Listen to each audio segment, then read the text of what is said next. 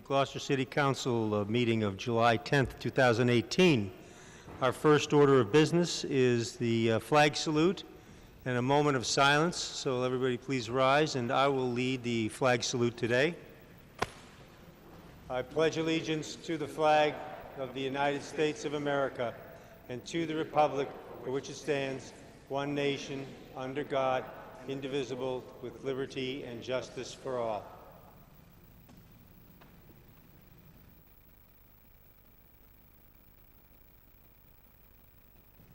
Thank you. So our first order of business is oral communications. And our boilerplate is as follows. The public shall have an opportunity at every regularly scheduled meeting to be heard under oral communications on matters not appearing on the agenda. Oral communications shall allow any resident who has a request or complaint of any nature relative to city business to appear before the council, state their problem without debate, and the matter shall be referred to the proper agency through the office of the mayor. The resident will be notified within a 2-week period relative to the disposition of same, and a copy shall be forwarded to the city council. Persons speaking under oral communication shall be limited to 3 minutes each. The council president shall not allow complaints as to individual performance. So I think there's a good crowd of folks here who want to talk to us about the beach traffic to Wingersheek Beach. If that's the case, could you raise your hand, please? Okay, so that we don't, go on too long, we would like to, first of all, we have the 3-minute limit, and we would, number two, if we could have a couple of speakers who summarize what everybody, I'm sure, is feeling about the beach traffic, that would be super. And number three, Councilor LeBlanc has circulated a notebook for you to write your name and address or email number so that we can communicate with you directly on what the city's going to, how they're going to approach this problem, which we recognize. So let's open oral communications, and someone's at the dais. So could you name and address, please? Thank you, Mr. Chairman. Brian Cassidy, 3 Lake Road, Magnolia. And actually, I'm not here on Wingersheek Beach, even though I think the traffic there is terrible. I'm here this evening with a group of neighbors from Lake and Englewood Road who are preparing a petition and starting the process under Section 2184 of the ordinances for the repair of Lake Road and Englewood Avenue. Now, I don't know if any of the councilors have been there. I moved in on Lake Road in 1984. Around 1986 or 1987, when I was city attorney and Ed Parks was director of public works, Ed did what he called a continuous ribbon paving of a lot of streets in town, a lot of the private ways, including Englewood and Lake. They have not been done since that time. Mike Hale, director of public works, has deemed Englewood as being beyond repair, and certainly the section of Lake near the intersection of Englewood is also beyond repair. So we are in the process of having folks sign a petition to present to the city clerk. We know it goes the process going to the mayor, but ultimately it becomes down to the city council to provide funding for these roads. So we want to make you aware that we're starting the process. Would like you to go out there and take a look, at both Englewood and Lake. See how bad they are. We are going to try to expedite the process through the mayor's office as much as we can, and we hope at the appropriate time that the city council will vote to fund these projects. And I know there are a number of other abutters that are here this evening that would like to speak as well. Sure. Great. Thank you very much. Anyone, next person to speak at oral communications, name and address, please. My name is Paul Borgman, 37 Lake Road, same road we're talking about. Recently, my sister was visiting us, having had brain surgery. She had a stroke. Ambulances came, and they would not have been able to put IVs in her because of the danger of the road. That's a very major concern for us.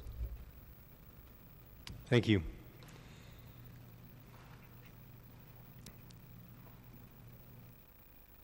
Yes, Marcia ma'am. Collins, 37 Lake Road. And so I have the petition, and what we're asking in the petition is for temporary relief. We have understood the process that we need to go through the betterment process. And I think that we have a good nucleus of people that are willing to work on the project, understand that it's going to impact their tax bill, but they're prepared, I think, to take that on. But in the meantime, as my husband mentioned, we've had 3 medical emergencies in the neighborhood in 2018 that I'm aware of. There may have been other incidents that I don't know about. And I would say that there are a good number of elderly, retired people in the neighborhood, and it's really not a safe situation.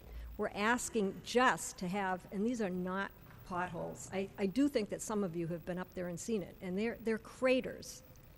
It is a very dangerous situation. And so we're asking now for some temporary relief for the worst of the potholes to get filled. And we're getting started, and we're going to work on the process. We've had some city councilors who've been very helpful in explaining what we need to do, and we're ready to get to work on it, but we need some help now. It is not a safe situation up there. Thank you. Good, thank you very much. And there's a number of people that all want to speak. I mean, this whole Yes, group do you over want to here. raise your hands for the potholes on Lake in the area? Keep them up. Or do you want them to stand? Or? And I've got 56 people that have signed this petition. It- Should I give it to you? Yes, give it to Grace, please. Thank you. Sure. So anybody else want to speak on that particular issue? Yes, ma'am.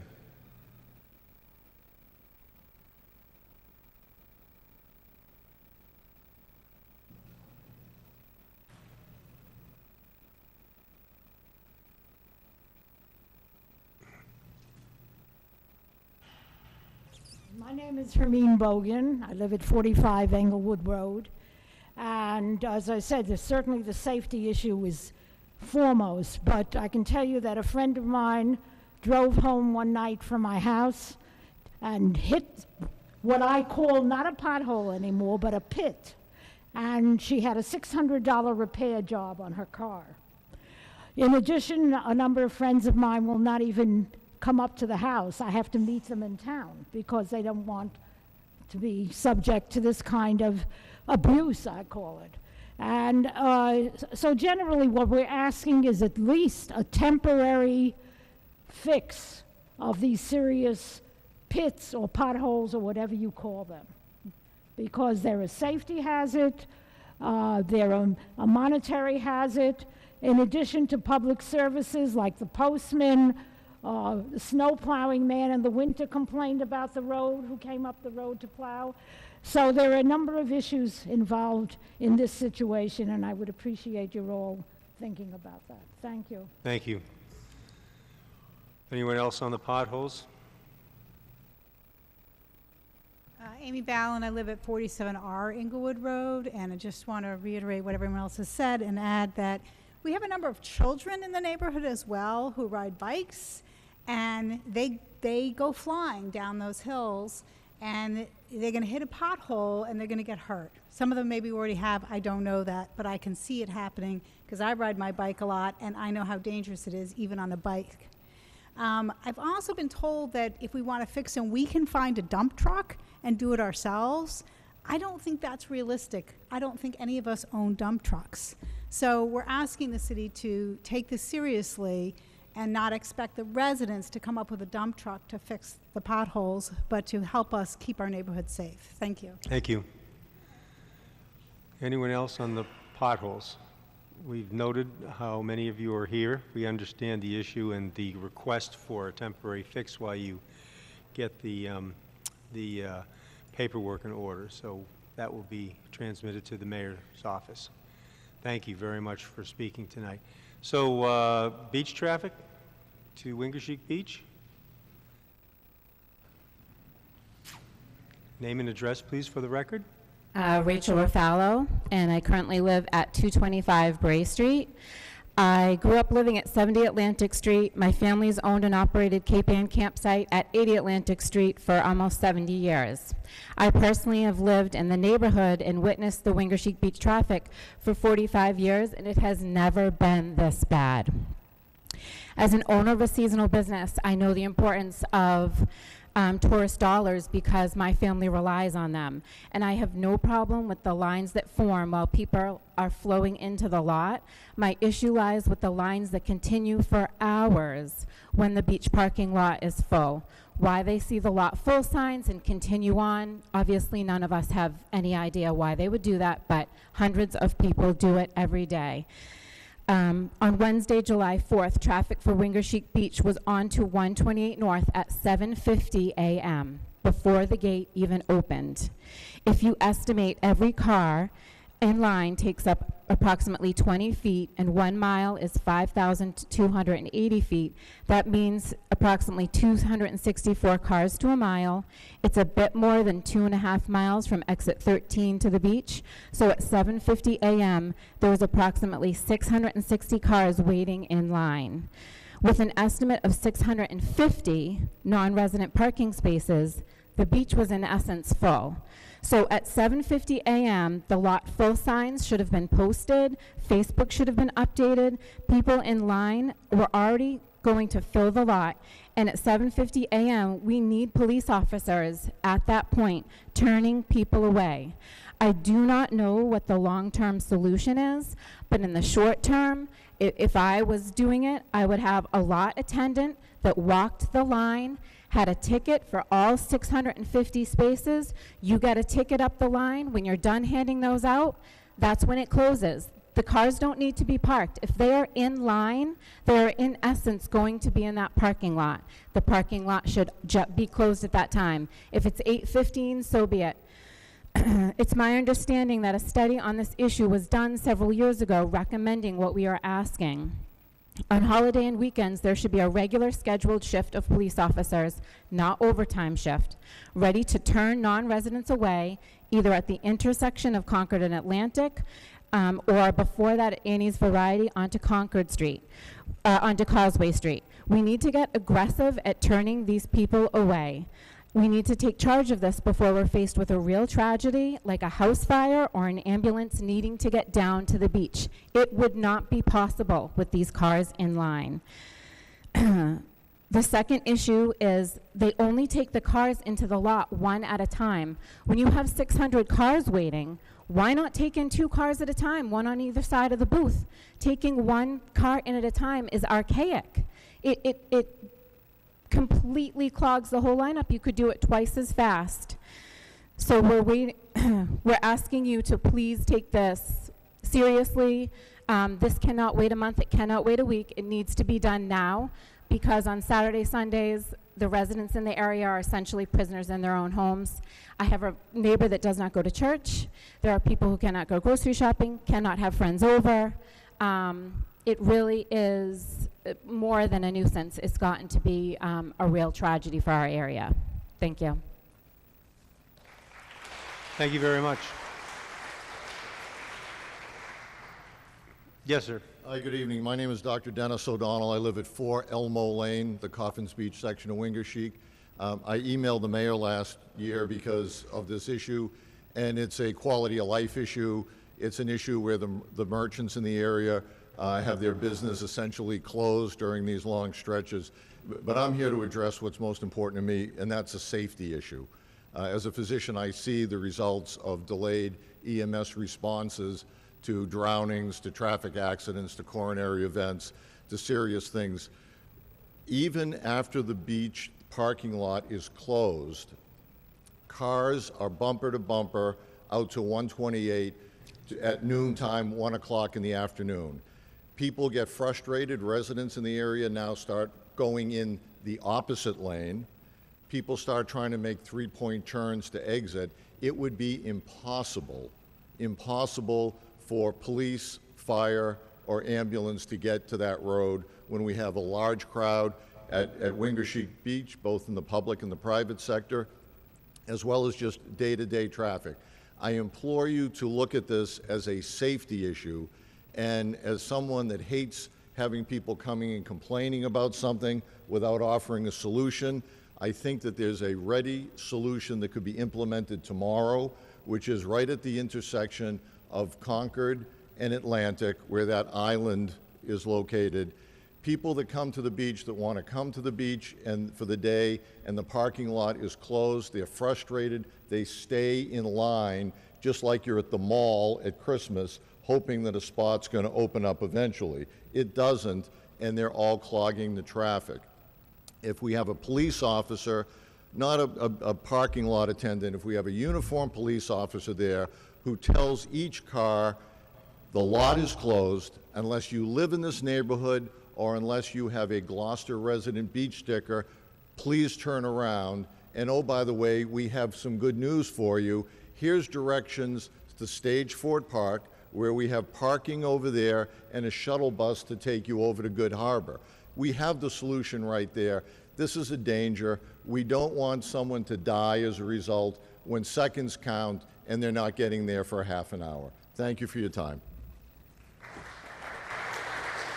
Thank you for speaking.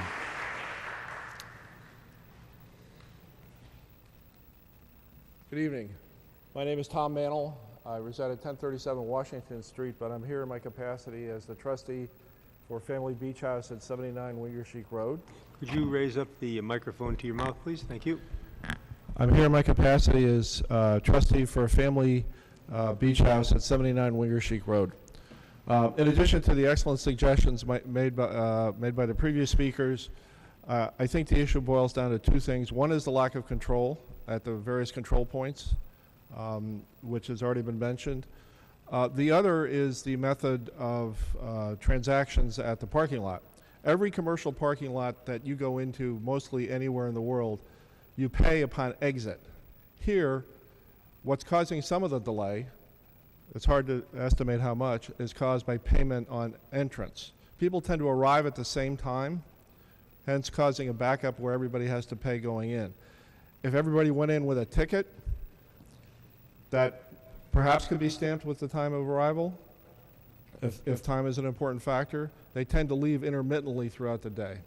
And that's just one of the suggestions my daughter had for perhaps cutting down the line. But I agree with all the other comments that have been made. Thank you. Thank you very much.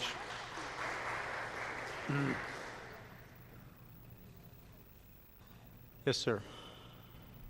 Yes, hi, it's Howard Hackett, 178 Atlantic Street. We have several problems on Atlantic Street.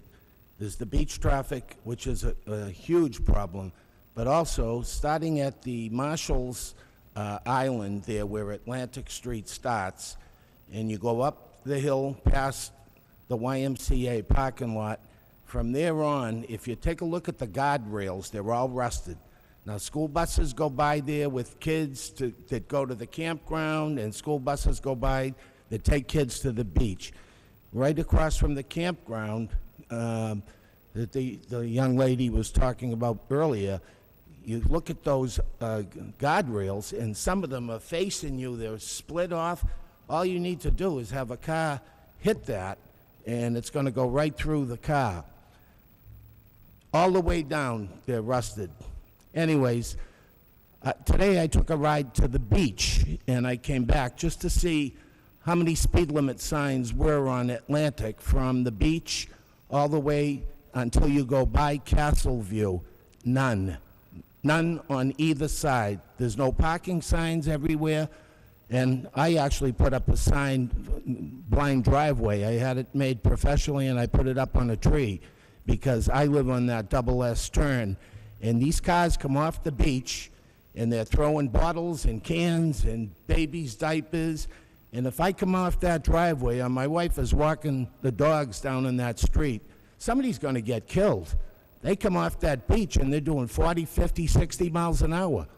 And I've never seen a policeman using his radar gun there.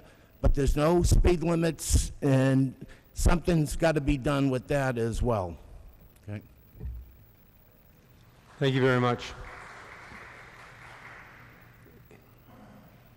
Yes, sir. Yeah. Irv Falk. I'm at 22 Penny Lane, Wingersheek Beach. Been a resident there for 37 years. When I was a kid, love the area. I have a possible solution, and I agree with everyone that's been talking. The speed, the guardrails. I was going to go see the mayor on that. I've caught cars flipped over, people hit them. That's really an issue. But the beach, I work in the guard gate with some of our best here in town. And Scott Duffney, if you've spent 4 hours with Scott, you'll know what I mean. We had to turn away a lot of people, the Uber drivers, the taxi cabs, people looking for gas. It really is an issue. The only thing I've found really works is to take the sign, which, by the way, a lot of people can't read. They're coming in from different parts of the state, and they just can't speak English. They give me the phone, and I have to interpret for them, is to put a sign, the sign that's normally at Marshall's Farm Stand, put that up on 128, bring the horrendous job of, in that little area there where the Marshall's Farm Stand is, there's a guy there, and everybody has excuses. Once that lot's set up and locked and loaded, 2 cops down the end go right into the parking lot, and they go like this. And that starts the traffic and the waiting traffic that want to get in to turn around. And once you start that turning around process, it really works. And it stops that line from backing whatever and letting the emergency vehicles in. That's my suggestion, to put 2 cops, when it's loaded, go down there. They probably have to go in the opposite way, which is a danger in itself. And I think that really works, and that's my 2 cents. Thank you.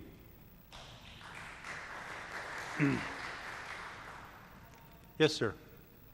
My name is Randy Carter. I live at 9 Skipaway Terrace in Wingersheek Beach. Been a resident there for over 20 years. And what the lady before me said, the traffic situation is probably worse now than it has ever been.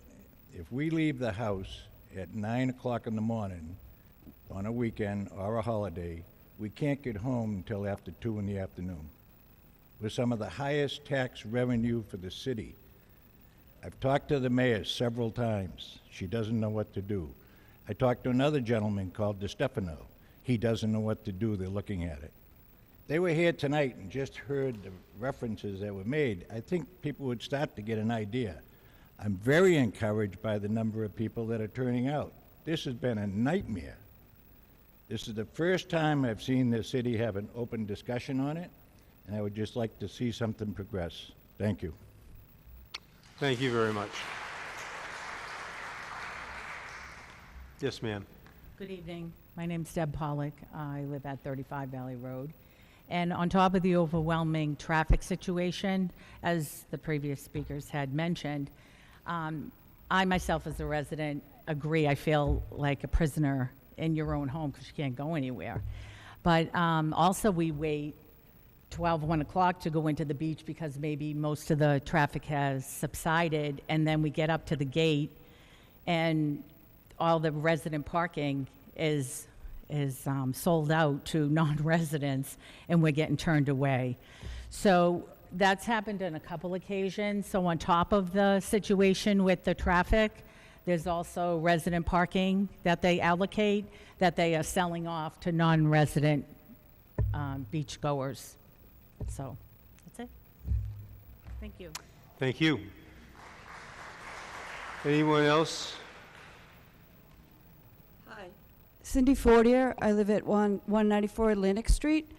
And 2 weekends ago, we came to the beach on a Friday night, and we had people parked in our yard. So when we called the police said there's no recourse for the police department. We would have to pay for them to be towed off the property. So in addition to these extra cars being roaming around on the street, they saw an empty spot and said, oh, we'll just park here, which I don't think is fair as a resident either. So we've had to put a chain across it to protect the property, but I think because there are so many cars traveling this road and not enough places to park, this is what they're resorting to. Thank you. Thank you. Anyone else? We've heard a lot of really good suggestions, and obviously we have a problem that we need to solve. on your behalf, and we will do that. It's not an easy issue. It's been going on for many, many years. We're blessed in a way that we have a destination here, but we have to be mindful of the impact on the neighbors. So we will take the suggestions, and we will work with the mayor's office, and we'll see what we can do as soon as ASAP. So, yes, if you want to speak, you got to come and speak out into the microphone. And did you already speak?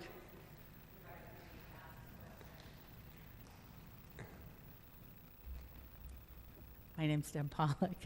My other question is, on the resident end of the beach, there is like difficult access from the sand that accumulates there, from the dunes. I know there's other two locations that have boardwalks, but people who are older have difficulty getting in and out of the beach way down the resident end on the right. Is it against the, you know, the beach dune restoration, whatever, to kind of clear a more easier access for the elderly people and people such as myself trying to get in and out of the beach? I know there's other two boardwalks, maybe over by Concession, and then there's another one mid-beach. But that side down the end, they've seemed to just, you know, leave natural. And they did close off a little section, used to be able to park closer to the beach, but now that's all blocked off, which is understandable. But is there any way that DPW could kind of clear a more easier path for people walking in and out of there, or is it against the, you know, the beach restoration dune committee or whatever? That's another question. We'll certainly look into that too. Okay, Thank you. thanks. Okay. Yes, sir. Hi, Jared Downey, 4 Pebble Path. Just one last suggestion about the traffic.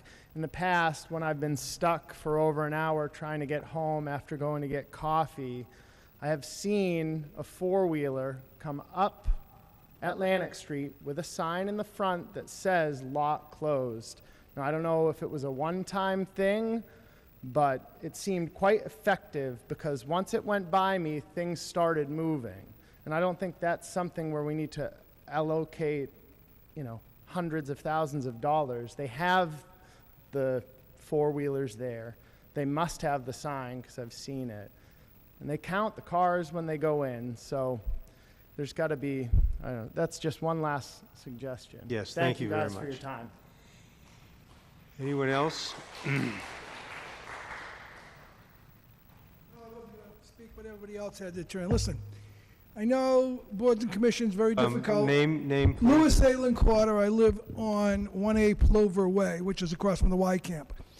Traffic is traffic. We've been putting up with it a long time, but the people in this room did their homework.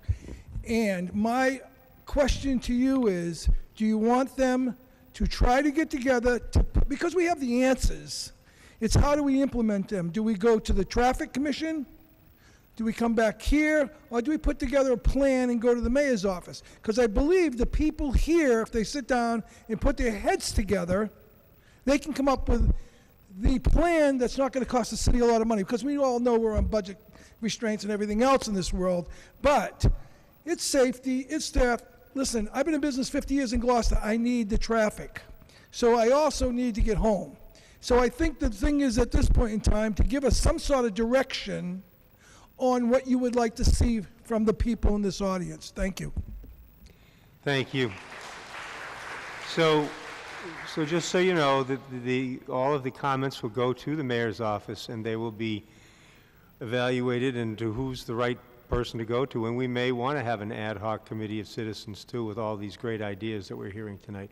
So we've heard a lot of good ideas. Is there anybody else on the beach parking? Because I think we've really covered the waterfront there, the beachfront.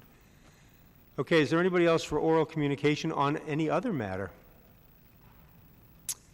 Great, thank you very much. Madam Clerk, next order of business. The next order of business is a presentation from Julia LaFontaine regarding the Cape Ann Food Pantry Summer Meals for Kids and Mobile Food Program. Julie. And Julie has made a request, counselors, if we can, right now, stand up in front of the dais for a photograph with our shirts on before she gives our presentation. Wonderful.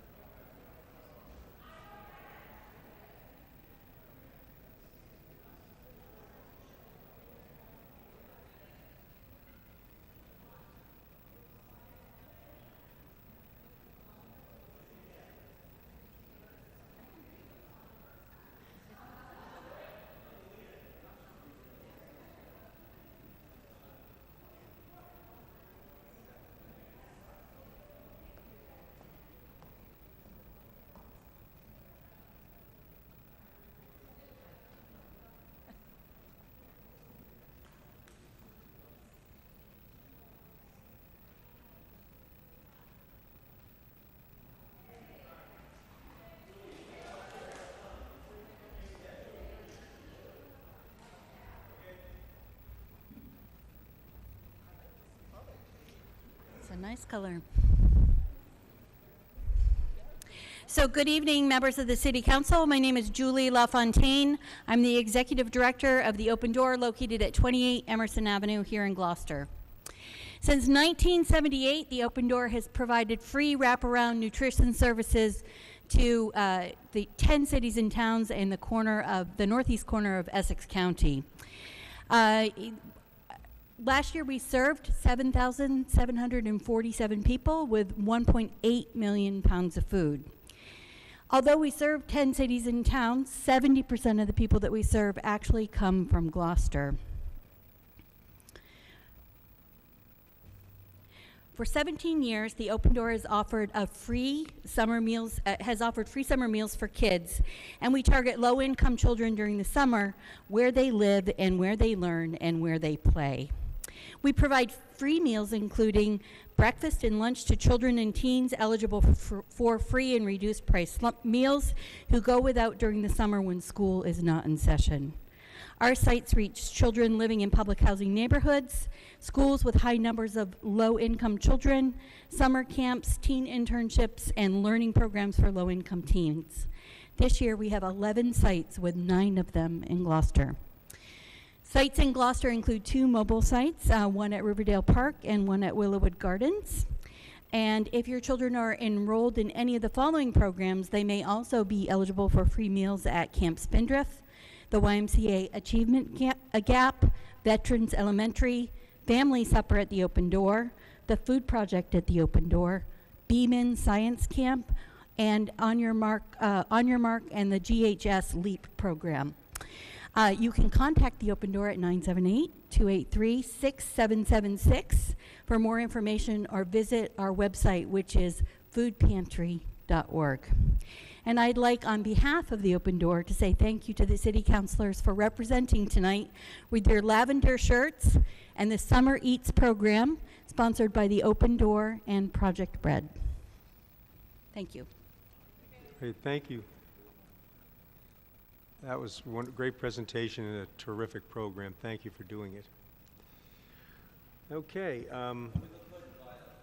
we do. This could become our team color. All right, Madam Clerk, next order of business. The next order of business is the consent agenda. I'm going to first ask if there are any councilors wish to pull anything off the consent agenda. I'll start by pulling off item number 1, new appointments. Anybody else? Mr. President, I'd like to pull off item number 3, please. Okay.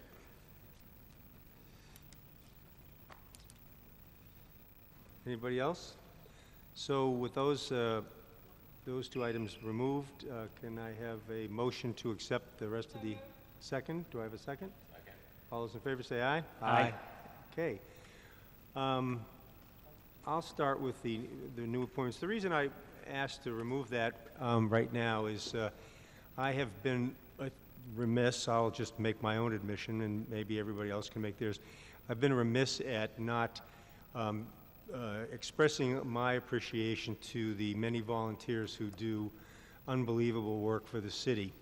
And on the Economic and Industrial Development, Industrial Corporation, the three members who are leaving, Becky, Bernie, Barry Pett, and Ron Ross, I just wanted to say to them, we appreciate the great service that you've provided to the city over the years.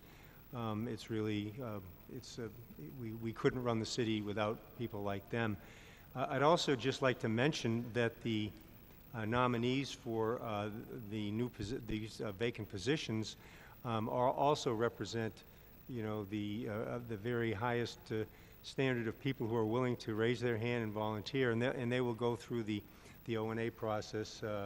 And so, you know, that they have to be acted on. But just to offer our thanks that people do want to volunteer for these committees. So that's all I had to say about that. And yes, Councilor Cox. I would like to add to your thank yous with also thanking Tom Gillette, yes, as he is also stepping down from the EDIC. So thank you for all of your volunteer years as well. Good. Okay, Councilor Heck, item number 3. The reason I pulled this is I wanted to thank the Astronomy Club of Gloucester for their generous donation of $1,800 to the Light Up Main Street project to fund timers, which I think is a very good suggestion. It saves energy. The lights should be turned off once we buy timers. This probably wouldn't cover it all, but once we buy the timers, have them installed, as opposed to the lights being on all night like the street lights are, they'll be shut off at 11 or 12 or whatever. 11 o'clock is the requested time. So I just wanted to say thank you to Val for recommending I do this, number one. And number two, to really thank the Astronomy Club of Gloucester. I've had a number of meetings with, and they're good people, and they've got a really good agenda going for that generous donation, which will be referred to BNF, and I'd like to have that continue to be referred to BNF. Thank you. Okay, for those 2 items that were removed, do I have a motion to accept them? Moved, second. All those in favor say aye. Aye. Thank you. Madam Clerk, next item. The next item order. is the Budget and Finance Standing Committee report of July 5th. Councilor Cox. Right now. Budget and Finance voted unanimously to recommend that the City Council accept under Mass General Law, Chapter 44, Section 53A, a federal grant from the Substance Abuse and Mental Health Service Administration, an amendment of $200,000 passed through the Massachusetts Department of Public Health Bureau of Substance Abuse Prevention Coalition Services. It's a really long title. Grant with a maximum obligation of $100,000 per fiscal year for 2 years, effective July 1, 2018 through June 30th, 2020, for a total grant contract for all years of $500,000. The purpose of this grant is for prevention and reduction of underage drinking and other drug use and problem behaviors, and I so move. Second. Any commentary on that? Not really. I mean, it's a routine grant that we get every year. It's just a continuation. They've added $200,000. Great. So. Okay. We have a motion seconded. All those in favor say aye. Aye. Opposed? Thank you. Next. Budget and Finance voted unanimously to recommend the City Council, in accordance with Mass General Law, Chapter 44, Section 64, approve a reimbursement to Sandy Berry, a member of the city-owned Cemetery Advisory Committee, for materials purchased in fiscal 2017 and without a purchase order in place under a Building Center invoice 1706-027175 dated 6/27/17 for $667.55 related to restoration work done under a grant from the Massachusetts State Historical Records Advisory Board through the Massachusetts Secretary of State's Office for the purpose of the city-owned Cemetery Advisory Committee preservation of veteran headstones in First Parish burial ground in Clark Cemetery at 122R Centennial Ave. The reimbursement will be funded with 2019 General Fund Mayor's Office budgeted funds, and I so move. And I'll second that. Moved and seconded. Pretty self-explanatory. Yeah, they have been taught how to properly go through a reimbursement and purchase, so we shouldn't see these anymore. Great. All And- good intentions. Great intentions. Thank you, Sandy Berry. Okay, all those in favor say aye. Aye. Opposed? Thank you. Next. Budget and Finance voted unanimously to recommend that the City Council approve the following special budgetary transfer 2018 SBT 17 for the purpose of funding and making whole account deficits for fiscal year 2018 for a total of $457,415 in the following accounts. I asked to waive the reading of the accounts as there are numerous accounts, and I so move. Second. Okay. All those in favor say aye. Aye. We'll waive the reading of the accounts. Yes. Aye. Thank Aye. you. Basically, this is a year-end procedure. I have two more coming up as well, but it's cobbling together the leftover money in the budget for each department and each line item to cover our deficits of snow and ice, basically, and any other deficit that needs to be covered. Great. Okay. There's plenty of background material if anyone is curious. All those in favor say aye. Aye. Opposed? Thank you. Any others, Councilor Cox? I have two from a meeting that we had at 5:30 today. Again, another SBT, two more SBTs covering deficits. Let's see. Budget and Finance voted unanimously to recommend the City Council approve the following special budgetary transfer, SBT 18, for the purpose of funding and making whole account deficits for the fiscal year 18 for a total of $96,457 in the following accounts.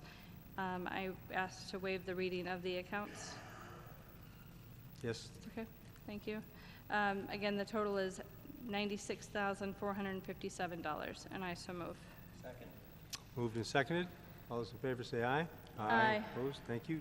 And last one? Last one, Budget and Finance voted unanimously to recommend that the City Council approve the following special budgetary transfer, SBT 19, for the purpose of funding and making whole account deficits for fiscal year 2018 for a total of $270,067 for the following accounts. Again, I ask the waive the reading of the accounts. Second. Yes. So moved. Moved and seconded. Any other comments? Okay, all those in favor say aye. Aye. Thank you. And the rest are for public hearing.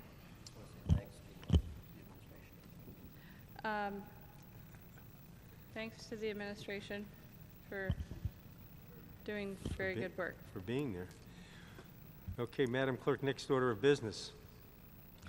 Okay, next order of business, there was no meeting for the Planning and Development Standing Committee on July 4th, and there was no meeting for the Ordinance and Administration Standing Committee on July 2nd. So the first scheduled public hearing is Public Hearing 2017-059, Special City Council Permit 2017-12, Schoolhouse Road Number 2, Number 3, and Number 4, Map 262, Lots 14 and 37, and Gloucester Crossing Road Number 7, Map 37, Lots 4 and 5, for a special permit under the Mixed-Use Overlay District pursuant to Gloucester zoning ordinance sections 5.29, including major project 5.7, 5.2910, and 5.118.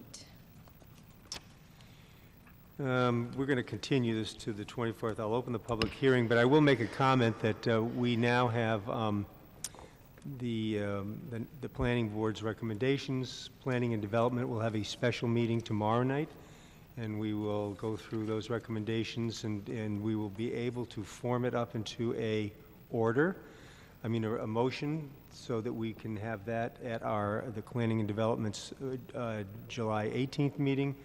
And assuming that, and then if that's all in order, we'll get it to the City Council at our next meeting. And we'll have our public hearing on Fuller School. So, okay, well, this is continued until the 24th. Next order of business, Madam Clerk. Next order of business is public hearing 2018-016, the local adoption of the Commonwealth of Mass DEP Division of Air Quality Control Noise Regulations, parentheses 310 CMR 7.10, and amend Gloucester Code of Ordinances, Chapter 13, Noise. Okay, we don't really have to open the public hearing. Councilor Memhard? Yes, thank you, Council President Lundberg. I'd really like to express our appreciation to our fellow councilors in the O&A Committee in considering this proposed adoption of state noise regulations, and thank Councilor O'Hara for his support on this. At this time, based on the progress that has been made specifically on East Main Street, at 157 East Main Street, and the specific remedies that are being addressed, I would like to request that this be withdrawn without prejudice at this time. So we have a motion and a second. We just need a simple majority. All those in favor say aye. Aye. Opposed? Thank you. Thank you, Councilor Memhard and O'Hara. I know that the personal time you put into that over in East Gloucester is much appreciated by the neighbors. Next item, Madam Clerk. Next item is public hearing 2018-31, draft marijuana establishments ordinance to replace existing Gloucester zoning ordinance section 5.27, medical marijuana treatment centers and medical marijuana cultivation facilities with a new section 6.27? Okay, so that is right. 6.27, marijuana establishments ordinance, amend section 2.3, use tables, amend section 2.3.2, community service uses, and delete section 5.31, temporary moratorium on recreational marijuana. So I'll open the public hearing, and we will continue it until July 24th. Also, for councilors' information, we do have the final recommendations from the planning board. So Planning and Development will formulate a motion to come to the City Council on this zoning ordinance. So continue to the 24th. Madam Clerk, next order of business.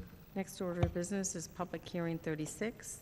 It'll be loan order 2018-005, loan authorization request for the Babson Water Treatment Plant Emergency SRF support in the amount of $1,500,000. I'll open the public hearing and ask if there is anyone to speak in favor of this loan authorization. Someone from the administration should probably do that. I know.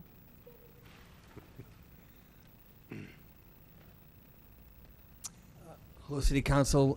Larry Durkin, environmental engineer. Hello, Larry. Welcome. Thank you. I was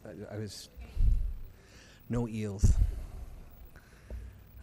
We're talking about Babson right now. Okay.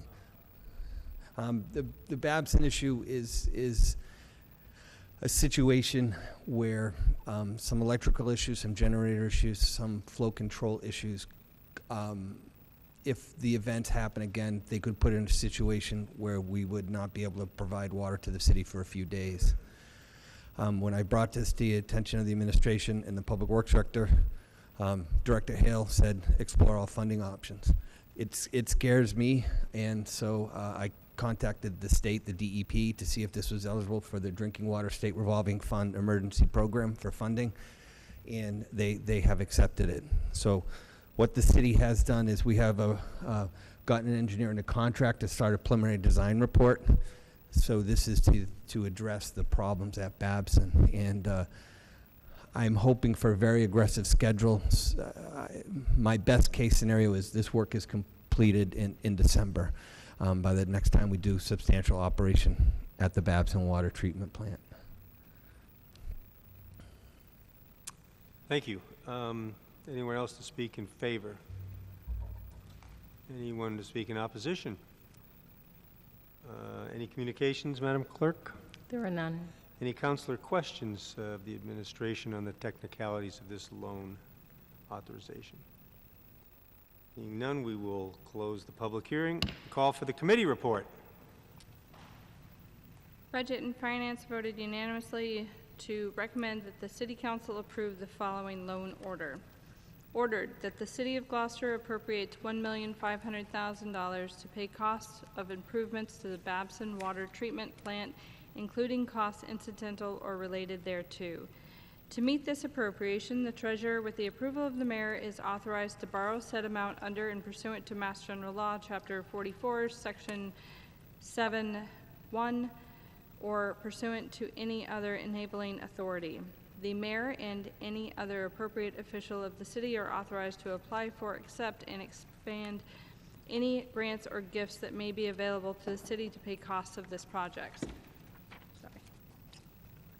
Any premium received by the city upon the sale of any bonds or notes approved by this vote, less such any premium applied to the payment of the cost of issuance of such bonds or notes, may be applied to the payment of costs approved by this note in accordance with Chapter 44, Section 20 of the general laws, thereby reducing the amount authorized to be borrowed to pay such costs by a like amount.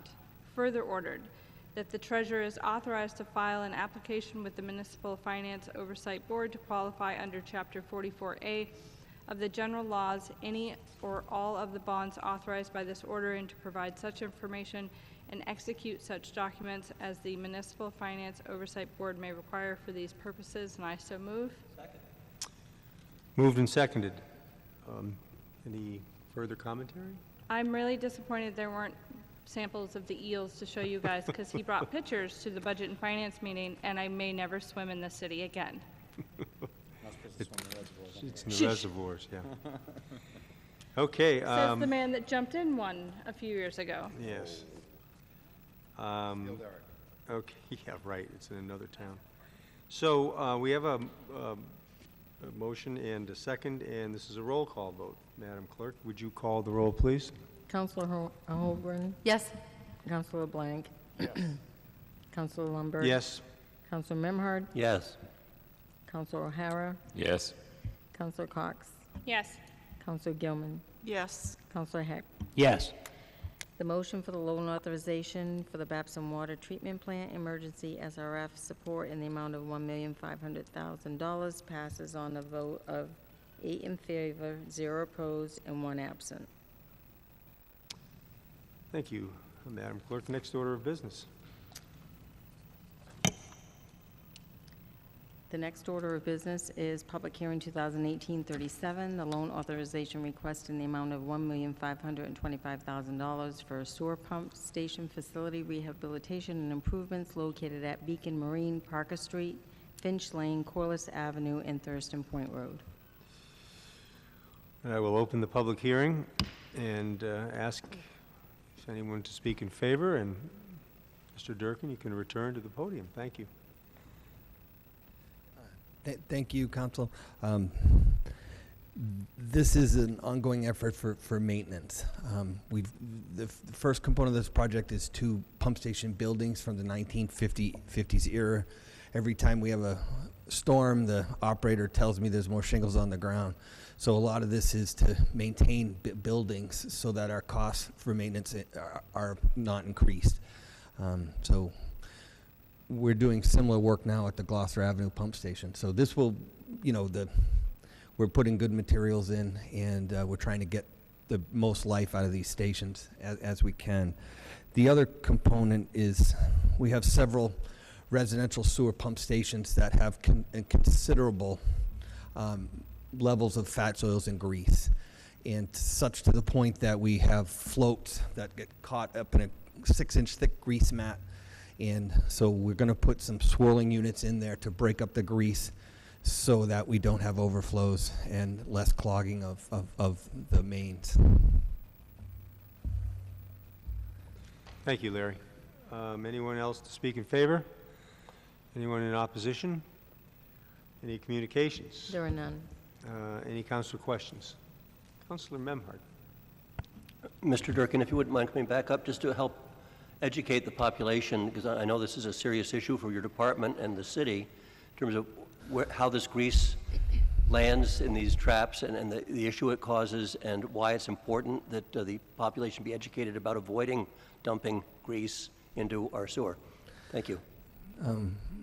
We are, as far as I know, one of the only 2 communities in the state of Massachusetts that have a Mass Department of Environmental Protection administrative consent order with penalty mandated fats, oils, and grease program. Still, the Public Works Director and the DPW agree that elimination of the fats, oils, and grease is cost effective. We have a considerable problem such that we have leafleted several of these neighborhoods several times, you know, to get the residents to use a grease can, to not put all their grease into the sewer. It's expensive. We had a restaurant downtown a couple years ago. They had a lateral problem right in the middle of their operation. The DPW had to fix it. The cost was $6,000. Well, what happened is we met with them. We explained them how to operate their grease trap properly, you know, to get them on board with the program, and they've made great strides since. One of the things the DPW is getting is a camera so that we can examine the sewer mains ourselves, and I think in a year we'll get a lateral camera. So we'll be able to find the culprits, who's forcing the grease, who's doing the grease. And we're also in the middle of a utility master plan for the sewer collection system, and we will probably be coming to council with some suggested modifications to the sewer use ordinance. We are trying to hold the guilty parties more accountable to this because it's not fair to the rest of the sewer payers. The other thing that we're doing with the step systems is when I do our maintenance pump annual 3 years pump out of the tanks, if we find appreciable wipes or fats, oils, and grease, we send them a certified letter. You know, if we have to take some type of enforcement action, we need to document this. We need to be able to build a case. I think we'll work with the administration to try to strengthen this. I think, you know, we try to be friendly. We try to educate first, and in the certified letters, we send out information on the wipes, which clog the pumps and the fat, oils, and grease. So this is a long-term issue, and but I think with time we'll be able to go after the culprits more and hold them accountable. The sewer use ordinance has that strength, and so I think it's fairness to all the people paying the rates, and that's kind of our mission, is to get the best bang for the buck and to hold those people who aren't being responsible accountable. Thank you. Anybody else? Councillor Larry? Councillor Gilman, then Councillor O'Hara. Thank you, Larry. These locations are in my ward, so I'm particularly concerned about what's happening. I'm wondering if when, and you don't have to answer right now, but I'm wondering if when these issues are occurring, it would be possible for the city to consider posting some of this on the website in terms of a concern and why it's a concern, so we can, as ward councilors, for example, share it with people to let them know what it's doing to the overall system and how it's going to affect all of us.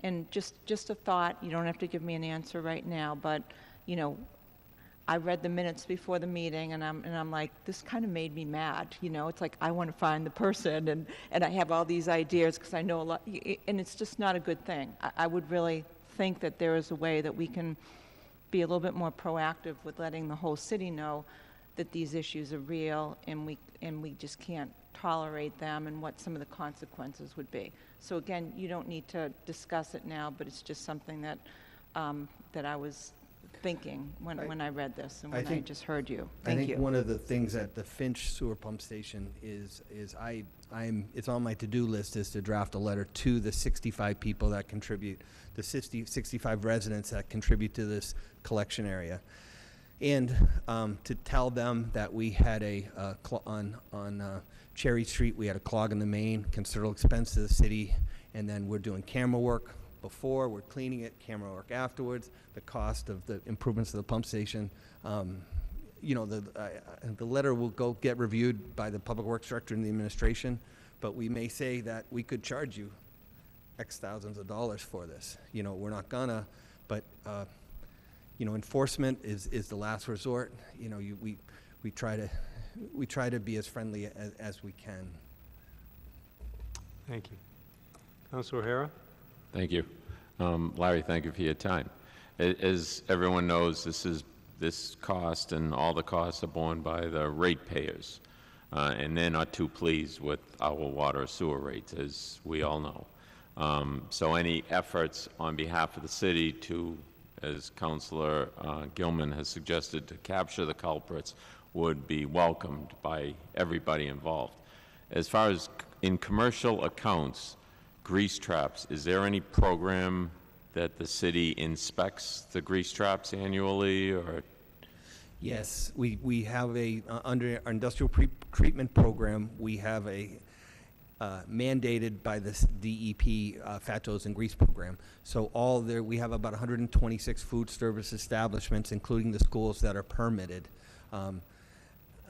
Recently, a new person to town was dragging their feet, and we work very closely with the health department and the plumbing inspector. We have quarterly meetings with them. So there is a formal program, and each food service establishment is visited twice a year. Terrific. You had mentioned wipes, disposable wipes. That is a problem? Major problem across the country, because I don't want to get too graphic, but toilet paper will disperse. A wipe will not. You're on camera. That's why I'm asking this question, to get that word out, because obviously the manufacturers, you go into a store, you have flushable wipes, non-flushable wipes. So what you're saying is flushable wipes should not be flushed into the sewer system. They should not be. A lot of the wipes that, seniors are children, use for children. Understood. That's a major problem across the entire country. You try to engineer around it, change your pumps so that they'll pass them or they'll shred them up, but it's a major problem. It's a big expense for maintenance. So the pumps don't? They can clog. A lot of time, if we get a service call at a step tank and it's a wipe issue, the pump probably isn't operating. Mm-hmm. And so at that point, the wipes are clean, but what we've been doing probably for the last couple months is the contract operator notifies me. They draft a letter for me to sign. We include pictures, and we send it to them certified mail. I'm not trying to scare them by certified mail, but we need to know that they received it. And if we have to take some action and cost, we'll do that. Annisquam Yacht Club, for example, had problems with grease. They have 2 pumps, and they both failed. We made a compromise. We made them pay for one of the pumps, not for both. And there's a new operator out there, and we're trying to work with them to alleviate the problem. Like I said, we try to be user friendly. The restaurants are businesses in town, and we thank them for their business. Sure. Pertaining to the actual pumps at the stations, we have a maintenance program within the city to whatever weekly we do maintenance per the manufacturer's recommendations. Correct.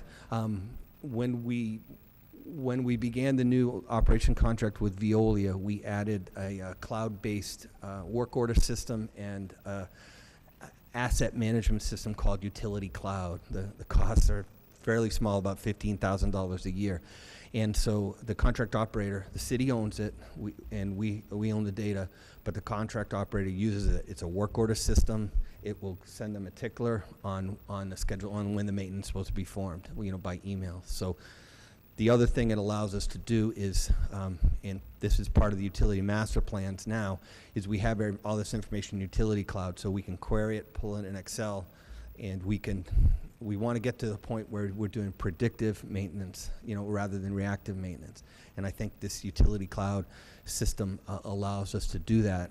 And the DPW is using it for utilities. So all the water system, the sewer collection system, storm drain system, and Veolia as well are using it. We may roll it out to other DPW departments, and We're also using it for the Title V stuff, records, and also the septic hauler. So we've added that to the health department because we work closely with the Title V, the sanitarian, with those wastes that come to the plant. It's a great tool. I'm not as versed on it as I would like, but it's something that we've had for a few years, and it's a great product. Nothing's perfect, and it's evolving, but we're gonna probably get to a point where I'll be using it in the watersheds. We're gonna be marking some trails. We may even put we're gonna put QR codes on a lot of things, and all you gotta do is go up with a phone and touch it, and you'll get all the data. The other thing is we're linking emergency documents, operation maintenance records, and also standard operating procedures, so that if you have a cell signal, you've got everything at your disposal when you need it. Sure. Along with the prior authorization, are there many more of these hidden issues that you see out there in our water sewer system? Obviously, our water sewer system is old in some areas of our city.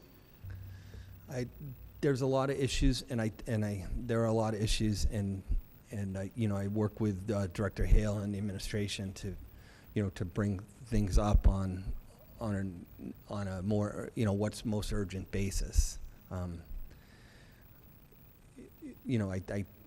Some of these more questions would probably be directed to Jim, but I think we're with these master plans. I think long range, we're looking to do an integrated master plan and look at all the environmental needs and establish our priorities, and then work against the priority lists. So the plan is to put our arms around the whole thing, the whole issue, and then come up with the priorities. If I'm here, it's because it in my opinion really the work needs to be done, and to minimize risk. That's something less than desirable could happen. Thank you, Larry. Right. Thank you, Larry. Thank you. Anybody else? Okay, then we'll close the public hearing and call for the committee report. Councilor Cox? Budget and Finance voted unanimously to recommend that the City Council approve the following loan order. Ordered that the City of Gloucester appropriates $1,525,000 to pay costs of improvements to sewer pump station facilities and equipment at the Beacon Marine, Parker Street, Finch Lane, Corliss Ave, and Thurston Point Road locations, including costs incidental or related thereto. To meet this appropriation, the Treasurer, with the approval of the Mayor, is authorized to borrow said amount under and pursuant to Mass General Law, Chapter 44, Section 7-1, or pursuant to any other enabling authority. The Mayor and any other appropriate official of the City are authorized to apply for, accept, and expend any grant or gifts that may be available to the City to pay costs of the project. Any premium applied to the payment of the costs of issuance of such bonds or notes may be applied to the payment of costs approved by this vote in accordance with Chapter 44, Section 20 of the General Laws, thereby reducing the amount authorized to be borrowed to pay such costs by a like amount. Further ordered that the Treasurer is authorized to file an application with the Municipal Finance Oversight Board to qualify under Chapter 44A of the General Laws, any or all of the bonds authorized by this order, and to provide such information and execute such documents as the Municipal Finance Oversight Board may require for these purposes, and I so move. And I second this pump. Moved and seconded. Any other commentary? Right. Just one comment I'll make. I intend to vote for this. This is obviously good practice. But to Councilor O'Hara's question, there are 27, 29, there's a lot of pump stations. Here's 5 of them. But I think that Councilor O'Hara raises the good issue that these should be on the capital improvement list of things that need to be done at some point in the future and what needs to be done. So we will look forward to that. Okay, it's a roll call. Counselor Hoagland. Yes. Counselor Blank. Yes. Counselor Lundberg. Yes. Counselor Memhard. Yes. Counselor O'Hara. Yes. Counselor Cox. Counselor Gilman. Yes. Counselor Heck. Yes.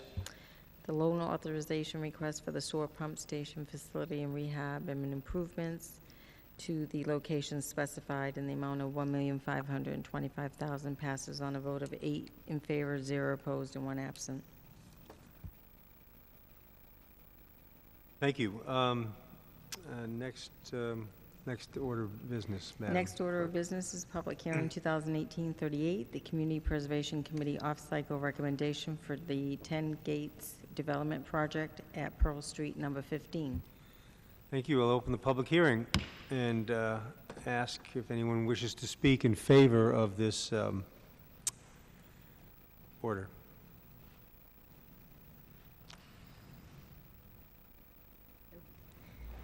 Good evening. My name is Lynn Sweet. I'm with LDS Consulting Group from Newton, Massachusetts. I'm here with my client, Chris Fisher, who is the owner of 15 Pearl Street, and his company is 10 Gates Development. We want to thank you for giving us a special hearing on this matter. We have requested $120,000 of CPA funds out of round, and at this point, I wanted to give you some background on the project. I'm not sure how familiar people are with it, but at this point in time, we are in front of the ZBA seeking a comprehensive permit for 7 rental apartments, of which 4 will be permanently affordable and 3 will be unrestricted units. From a historical perspective, we started this process in the fall. We've had numerous meetings with planning personnel.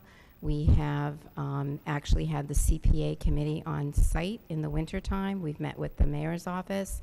We also, at the request of the budget committee, subcommittee of the CPA, we had an open house where we posted and invited all of the neighbors as well as city councilors.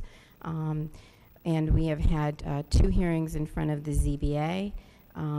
And are hoping that our final hearing will be on Thursday night and will result in a positive vote. The units are going to be studio units. They'll be approximately 348 square feet. The first floor, this is the building.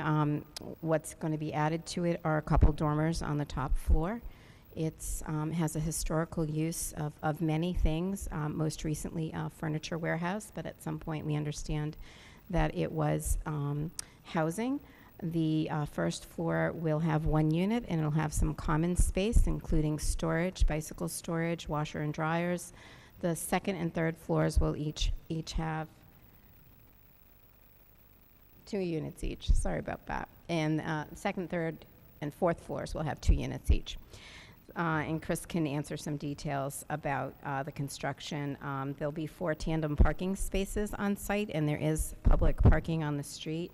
The only amount of opposition that we've heard to this, which was very minor, was with regard to parking, which we understand is pretty standard up here in Gloucester. Chris is going to charge a minor amount for parking just to try and encourage tenants to not have cars, and he also has spoken with a number of neighbors in the neighborhood who are also willing to discuss renting spaces if he needs them. So we're hoping that that one particular issue will become a non-issue over time, and the site is in walking distance to the commuter rail, Shaw's, and other downtown amenities. So it's a pretty transit-oriented location. As I mentioned, 4 of the units will be restricted for households at 80% of AMI. However, since Gloucester is in the Boston primary market service area, we are actually going to price our rents well below what is actually allowed by HUD. HUD would allow a rent of $1,415, and we are going to initially price the affordable units at $950 plus utilities, and we will have a lottery. We're still choosing who the lottery agent is going to be. We are hoping that we can attract people at that rent, and if we need to go lower, we will go lower. This is a brand new product for Gloucester. You don't really have any new studios. They're fairly small. So I just want to say that even though the income restriction is at 80%, the pricing is probably more around 60 or 50% of AMI. All of the units will be count on your subsidized housing inventory. We'll be asking DHCD for a first preference, which will be a veteran's preference, and then a 70% local preference, which is the maximum allowed by DHCD. We believe that this project meets a lot of the city's planning documents, including the Community Preservation Plan from 2010, the 2004 Comprehensive Plan, and the most recent Housing Plan. One fact that sticks out to me is that 45% of renters in Gloucester pay more than 30% of their income towards rent and are therefore rent burdened. So I think even this is almost like naturally occurring affordable housing, in the sense that even the 3 market rate units are going to be priced probably below what you would see elsewhere up and down 128. As far as the financing and why we're here today, because the rents are so low and because Chris does need to do renovations to the home, the maximum supportable debt is $500,000. So we're looking for the $120,000 as gap funding. That is the only type of public subsidy that this project is looking for. When we looked at DHCD's requirements, the state funding agency, what they priced a new unit coming online that was in this kind of a location, they basically say the cost should be no more than $350,000 per unit. And I'm really pleased to say that our budget shows that we're actually only spending $165,000 per unit. So the remainder of the project is going to be privately funded, that $500,000 loan, and I believe it's a really terrific product to bring to Gloucester, and I'm happy to answer any questions, and if you have some building questions, I'm sure Chris will come up and talk about those as well. Thank you so much. Great. Thank you very much, Lynn. Anyone else wishing to speak in favor of this project? Anyone wishing to speak in opposition? Do we have any communications, Madam Clerk? No, there are none. Okay, Councilor, questions as to the project itself. Councilor LeBlanc. Thank you. So, parking. I'm sure you're going to hear a lot about parking this evening. And you said that you were going to speak to some of the businesses in the neighborhood to see if you can rent. Is that correct? Well, the project is planned as a transit-oriented project near the train station, 2 bus lines, and easy walking distance to most of the things in the city. By zoning, we only technically have 2 spaces on the lot, but actually we were planning tandem spaces on either side of the building, which would have 4 parking spaces. In addition to that, I've contracted spaces from a neighbor at the end of the Pearl Street on Washington Street, 107, for 2 spaces over there if we need the extra 2 spaces, and another neighbor a couple blocks over on Prospect Street, a couple spaces over there. So in all, we would have 8 spaces if it was necessary off-street. Okay. So Prospect Street's quite a distance from the building. It is, yeah. And your requirement, you're asking people not to have cars, but you're not going to rent to them if they do have a car, correct? So if I were to rent and I had a car, you wouldn't say no to me? Or if I would have purchased a car as I lived in the building? Probably not, no. Okay. Because what I'm trying to get to is I've spoken to several businesses in the neighborhood. What they're afraid of is parking in their lots. The pizza place, the card place across the street, the donut shop, the paint store down the street, the sub shop. I've spoken to all of them. And what they've also said that if they were to allow some parking, they would be afraid that it would allow your tenants to tell their friends and family that, oh, you can park down there, and it's going to interfere with businesses that have been established there. So that's the concern of the businesses there. Personally, I grew up in the neighborhood. I know it like the back of my hand. I'm almost 50. I don't ever remember residents being in there. It was a storage facility for years. It was a furniture, finishing place for years. So I'm not really sure how long ago the residential part of it was there, but the parking issue is going to be huge for me. Thank you. We hear what you're saying. Again, these are studio units. They will have leases, and there will be rules and regulations that go with those leases. When we actually went through with the CPA committee, there are many layers of very interesting wallpaper, which tells us at some point it was some type of a rooming house. Honestly, don't know how long ago, but at one point it was a rooming house. It has past uses that must have, utilized vehicles, but I can assure you that Chris is very well aware about the concerns around parking. We'll take it very seriously, and we'll take all steps that he needs to do to ensure that both during construction, because we've put a lot of details into the comprehensive permit that we hope he'll be receiving around construction, and when it's occupied, that his residence will not become a nuisance to the neighborhood.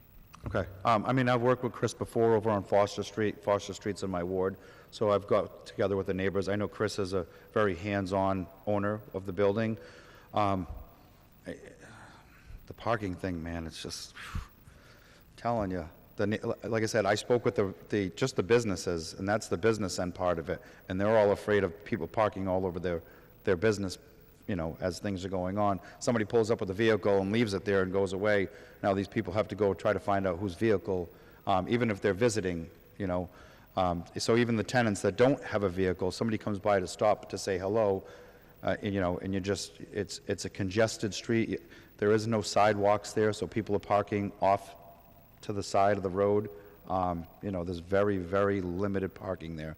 That's just my main concern. I think the project's great. I think we need it, but just the added parking to that tiny little 100-yard street is just, it's going to be a problem for the neighborhood. It's going to be a problem for you. So I just want to give you a heads up on what you're getting into, or possibly what your tenants are going to be getting into, parking in the neighborhood, or trying to, bring, even, like I said, they may not own cars, but if I want to go visit Joe at your building, where do I park? They don't know that there's a leased spot over on Prospect Street or, across the street. I'm going to park wherever I want, and then. Thank you. Appreciate your concerns. Other councilor questions? Councilor Hecht. Hi, I just want to know, with the agreements you have on parking, what are the term of those agreements? How long are those terms? The parking agreements that I did? The off-site parking, is it for? One is a year pay in advance with Ascorp LLC at 107, 109 Washington Street, and the other is just a very informal with a neighbor I know very well next to a building I own on Prospect Street. Thank you. Yeah, basically just a exchange of text messages. Other questions from councilors? Okay, then we will close the public hearing and ask for the committee report. Councilor Cox. Budget and Finance voted unanimously to recommend that the City Council appropriate up to $120,000 from the Community Preservation Act funds as recommended by the Community Preservation Committee to provide off-cycle funding for the purpose of 10 Gates Development to renovate a property in the City of Gloucester, number 15 Pearl Street. The renovation and reconstruction work will create 4 affordable housing units within the city. The appropriation will be allocated to the community housing category and be funded by up to $120,000 from the Community Housing Reserve Fund 4530. The project will be tracked in the Community Preservation Fund, Community Housing Projects Fund 4903, and I so move. Second. Moved and seconded. Any commentary from the committee? No, we basically went through everything that happened 5 minutes ago. in regards to reservations about parking, but I think the good of the affordable housing outweighs the parking issue. There were definitely words of warning about the Shaw's lot, and you know, letting them know that business parking is not appropriate if there's no contract or negotiation in place, as you know, we don't want to rub our neighbors the wrong way. Correct. So just to review, refresh everyone's recollection, what we, the city council, are voting on here is an off-cycle appropriation from the Community Preservation Act, that the issues of the building itself and all of that process falls to the zoning board. And as I think that Lynn mentioned, that's coming up this week. So our role is fairly limited, but it's important that we express those issues, especially for the parking, because everything else about this project is really falls right into place with so many things we want to do in the city. So anybody else want to say anything about that? Councilor Holmgren? I appreciate Mr. Fisher's energy and ambition. I appreciate his willingness to work with the neighbors to come up with creative solutions if tenants do indeed have cars, and maybe they won't need them. So thank you. Councilor LeBlanc? So this is a tough one for me because I spoke with all the businesses in the neighborhood, and believe it or not, I was asked not to support this tonight. So that being said, I've worked with Mr. Fisher before with Chris on a couple other things. I think he's a great tenant.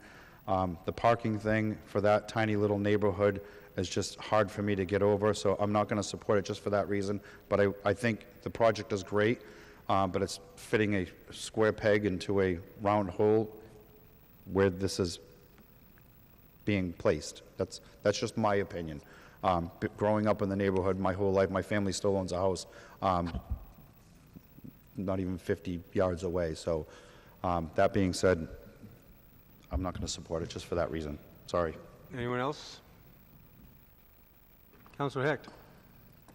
Yes, I attended the site visit and spoke with 3 or 4 of the neighbors. I think that the main thing was about the parking. However, I also got a very positive response from the residential neighbors who I met with at that meeting, that they were excited that the building was going to be rehabbed.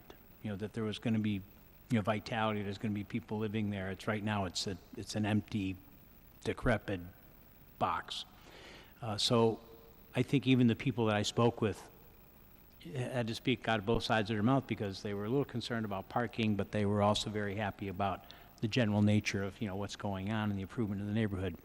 I think from a fiscal point of view, in terms of what we're voting on, we're going to get 4 units for $120,000 of the affordable units. However, all of these are going to qualify, all 70 units, unless I'm mistaken, will qualify toward our 40B requirement of 10% as a community. So if you do that math, this is less than $20,000 a unit. My point is that it's, from a city's money point of view, it's a pretty good investment per unit. We're getting a lot of bang for our buck in terms of units. So I'm conscientious about the parking.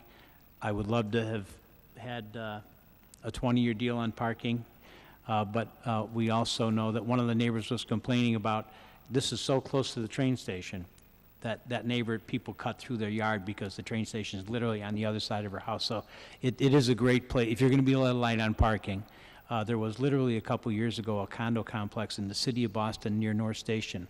200 units was approved with no parking.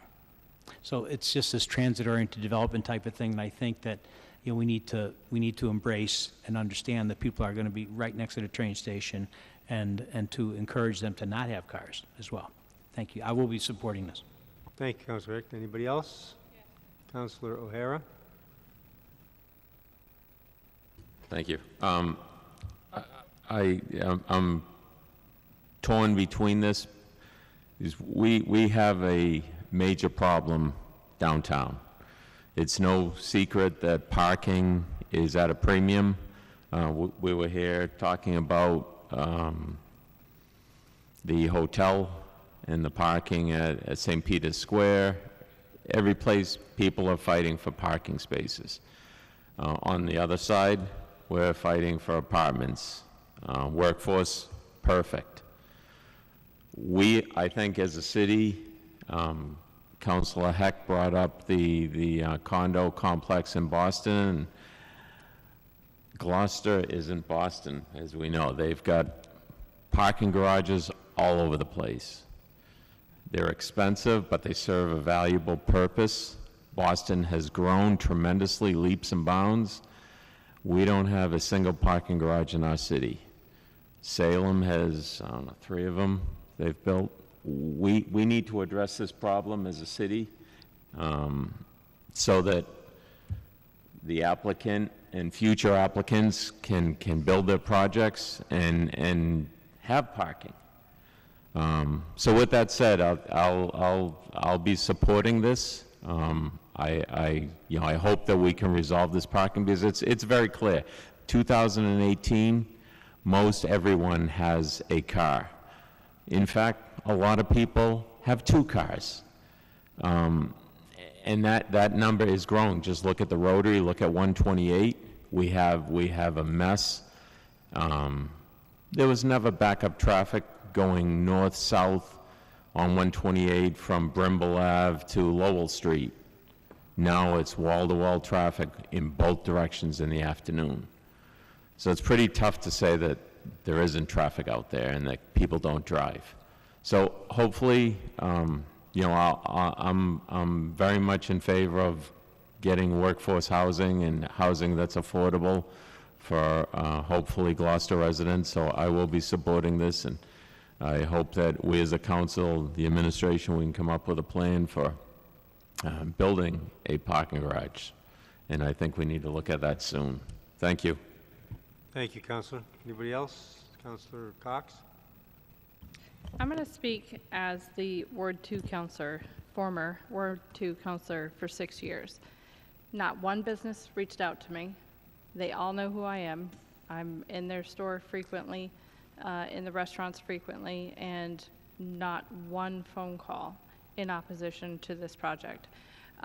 Also, because it is so close to the train station, a lot of people that don't live downtown park on this street in particular and other neighboring streets because they won't pay the $4 for the MBTA lot, which is essentially almost empty every single day. Address that problem and you're going to have less parking in our neighborhoods. So you can't prevent people from parking on a public street. There's nothing to say that they can't do it, but my husband takes the train. He leaves at 6:30 a.m. Imagine if he would drive down to that street, get a parking spot at 6:30 a.m., hop on the train. He's not home until 6:30 p.m. So therefore, if someone locally wants to come home at 5 o'clock, there's no parking. But 2 hours later, it's probably going to be a little bit more open. It's a problem. I don't know how to address it. We talked about it several times. We tried leasing or speaking with MBTA to lease their parking lot from allowing the city to do it so we don't charge for parking as a resident, and that didn't pan out. There's a solution out there somewhere, but restricting parking on residential streets to 2 hours or something like that, that's not working either. We tried that. There's a solution out there. I just don't know what it is. But, I mean, parking $4 for all day, it's not a bad deal. I just wish people would utilize it more. Thank you, Councilor Cox. Anybody else? So I'll just make a quick comment on that. I think that this is a terrific project, and yes, parking is an issue, but parking is something that we can manage. I agree with you, Councilor Cox. It's not, there are solutions somewhere, and we need to find them, and that goes for, not just this project, but just in general downtown. So Okay, if everybody's spoken, then we will have a roll call vote. Counselor Holger? Yes. Counselor Blank? No. Counselor Lundberg? Yes. Counselor Memhard? Yes. Counselor O'Hara? Yes. Counselor Cox? Yes. Counselor Gilman? Yes. Counselor Heck? Yes. Okay, the motion for the CPC off-cycle recommendation for 10 Gates Development Project at 15 Pearl Street for funding and $120,000 passes on a vote of 7 in favor, 1 opposed, and 1 absent. Great, thank you. Congratulations, and thank you for doing the project. We appreciate your efforts. Next item, Madam Next Clerk. item is public hearing 2018-039, amend Gloucester Code of Ordinances, Chapter 2, Administration, Article 1, General, by adding a new subsection 2.9, signage on municipal property/offices. Open the public hearing. Anyone wishing to speak in favor of this proposed ordinance? Anyone wishing to speak in opposition? Any communications? There are none. Okay, any counselor questions on the technicalities of the? Yes, Counselor Cox. This is a request of the mayor. This is not a, let's pay for advertising and have a public hearing on this item. I don't see how this is incorporated into our laws or bylaws or ordinances or anything like that to mandate signage. I also feel that the police station, the firehouses are all well labeled and marked as they should be, indicating if there's an emergency or something like that, police station ahead, or the hospitals or the fire stations or anything like that. So I'm not quite sure how this ended up as Correct. a public hearing request. I think we keep talking about wanting to save money and taxpayers' money. Advertising for a public hearing on this is a glorified request of the mayor. One of the issues that we have in our procedures is, this is council questions. I'm not sure who we can address the questions to. I share your opinion. My general opinion is making ordinances where we don't need them or shouldn't have them. I'm just not in favor of that generally. But I don't know if anybody. I do want to say that I agree with the idea that all of our buildings should be visibly marked, and I feel like they are. If they are not, it's, when I first moved here, I had no problem finding the police station, the fire station, DPW yard for like hazardous waste days and stuff like that. So I'd ask the maker of the motion to clarify what the intent is behind Sure, this. we can do that. Thank you. Go ahead, Councilor O'Hara. Gladly.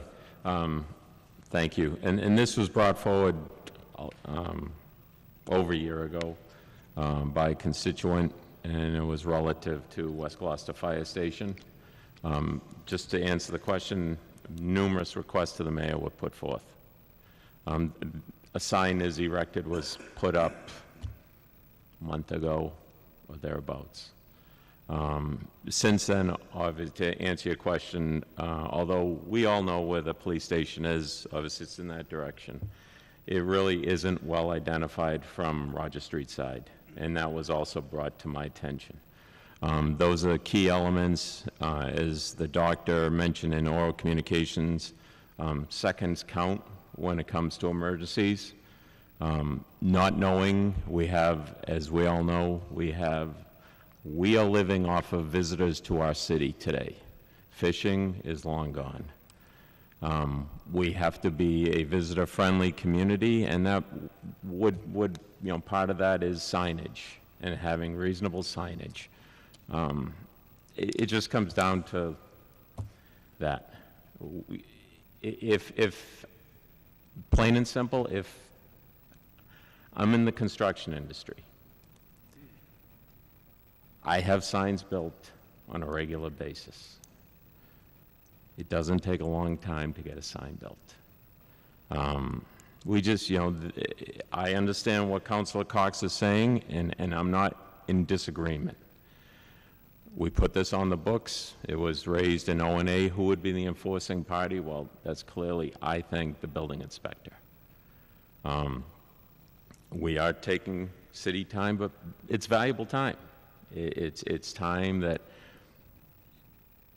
someone in need of emergency services, they can't find a building. Where's the police station? A visitor at Gloucester House. It's in that direction. I understand. But a sign, clearly, that's what everyone looks for in 2018. It's pretty straightforward. If the issue was addressed, I wouldn't have brought it to this level, but it wasn't. And I brought it up numerous times. Everyone's time's valuable, and that includes mine. But I value my constituents. They bring something forward to my attention. I do the right thing and go through the process. So, no, we probably shouldn't. Since we're at the point where there was councilor questions, we can close the public hearing and call for the committee report, which is what I would like to do, and then we can debate what we should do about this particular motion. So I'll close the public hearing, call for the committee report. I think that's O&A. Yes, this is ordinance administration. Ordinance administration voted 2 in favor, 1 opposed, myself, to recommend that the City Council amend Gloucester Code of Ordinances, Chapter 2, Administration, Article 1, General, by adding a new subsection 2-9, signage on municipal buildings, offices as follows.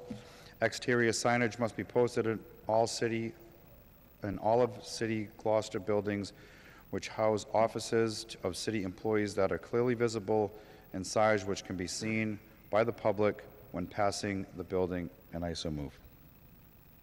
Second. Okay, so it's been moved and seconded. So at ordinance administration, we had the same conversation. I explained that it was a request to the mayor. Our general counsel had suggested it was a request to the mayor also. Mr. Destino had suggested that it was a request to the mayor also. Here we are trying to streamline our muni code and our ordinances, and I think that adding this is just kind of a non-factor. If somebody from the Gloucester House wants to find the police station on Roger Street, there's probably about 11 police cars parked out behind the police station, even though there's not a sign. So if you see a police car, you go to the police car. I just think, the enforcement, I know Bill, our building inspector, is going to enforce it, but, what's the penalty for enforcement? Are they just going to put up a sign, or, I think that if you go to the mayor's office or you request something, I know these take time. That's why I voted against it, as I think it's a non-factor, and I don't think that we should, this shouldn't be a law, in my opinion. Councilor Holmgren. While I appreciate the sentiment behind this, I don't feel that I can support it at this time. In addition to Councilor LeBlanc's statement that there are police cars parked outside the police station quite a bit, I would be concerned about the amount of money and time that city resources would be occupied, not only by making these signs, paying for them, but also then taking the building inspector away from other duties to enforce this type of thing. And as a nurse, having encountered multiple emergency situations in my 20-plus years as a healthcare worker, people have cell phones, and if they're going to walk to the police station, they're probably not in need of calling 911. If you're in a group of people and somebody falls down, you can flag somebody down on Rogers Street, no problem. We have lots and lots of people here at this time. I just I mean, we're approving loan orders tonight for enormous projects, and I just don't see spending city money on this at this time. Thank you. Thank you. Councilor Cox, did you have something? Also, one point you made was that it's not visible from Roger Street, but the entrance isn't on Roger Street. They don't want you to go to that back entrance. They want you to go to the front entrance. So, and there is a giant sign on the building indicating that that's what it is. I can't support this at the time for numerous reasons, but Right. I do agree with the sentiment. I think the idea is in the right place. It's just the wrong process. So, you know, I think that one of the things that we all struggle with as counselors is, you know, addressing an issue and solving it. And with signage, that's a pretty particular issue, like which building and where should the sign be? What is the need that needs to be addressed? And I think that this, as an ordinance, doesn't do that. I think we're better off trying to handle individual issues with the administration and get them to do what's the appropriate thing. So that would be my kind of take on this. We can, yes, Councilor Memhard. I would just like to say that I think that the sentiment and the intent of what Councilor O'Hara is suggesting here is valid and makes sense. This is why we have 911 and labeling requirements for our fire department of residences and street names, and having our buildings clearly, uniformly identified in terms of the function they play should be a natural outgrowth of municipal government. I'm not sure at this point that it makes sense to pursue this as an ordinance change, but I share Councilor O'Hara's frustration that he couldn't get some support and traction in the mayor's office to identify perhaps a grant to get some uniform signs for our fire stations and other municipal buildings. I think that we owe our constituents and the many visitors that come into the community that policy. Thank you. Anybody else? I mean, yes, Councilor Hecht. Councilor, here I applaud your objective. I'm just not sure that having a zoning ordinance so that the city does something, it's like us enforcing against us. I think of signs and zoning as, those are a private person, we gotta lay out the rules to them. But in terms of like laying out the rules of how we run our city and putting it in a zoning ordinance, it just doesn't seem to be the right way, but I applaud what you're trying to accomplish. Thank you. So a suggestion, you know, I would, I mean, we can have a vote, and if the vote fails, I think that probably doesn't solve the problem. It doesn't solve the problem of getting signs where we want them. So one way we could do this is to could withdraw this this order, this proposal, and get the items, the specific sign items that we think anybody thinks should be addressed, and we can get that to the administration, and I'll put that on my list with the mayor and my bi-weekly meetings and see what we, if there's any, there shouldn't be any resistance to putting up signs. I agree with you on that. I don't know why there is a problem, but anyway, that's a suggestion. We have a motion and a second already. We do. Yes. Are there any particular buildings that you feel don't have signs that need them? Sorry. Thank you. What prompted this was a constituent contacted me relative to a West Gloucester fire station. Didn't have a sign. I put a request to the mayor in through the process. Again, go back into the long time ago. As I already mentioned, signs don't take that long to create. I have them built all the time. And it wasn't addressed. I put in second, third, didn't get addressed. So I'm trying to solve a constituent's concern. That same concern was brought up relative to the police station on the Roger Street side. So I'm not disagreeing with my fellow councilors in your thought process, but again, safety comes number one. And we can talk about anything else, but life is very important. You know, putting the signs, and we have a sign up at West Gloucester Fire Station that was done, again, prior to or after this started through the process. So, to answer the question. So no, so at this point, the backside of the police station is the only building that you can identify right now that doesn't have a sign. That I'm just trying to, okay. To the best of my knowledge and from what my constituent, yes, Okay. that's correct. From my experience, I put in requests for signs as well, and since they do them in-house, it's not as simple as going to a separate contractor, like you're saying, that you have them made all the time.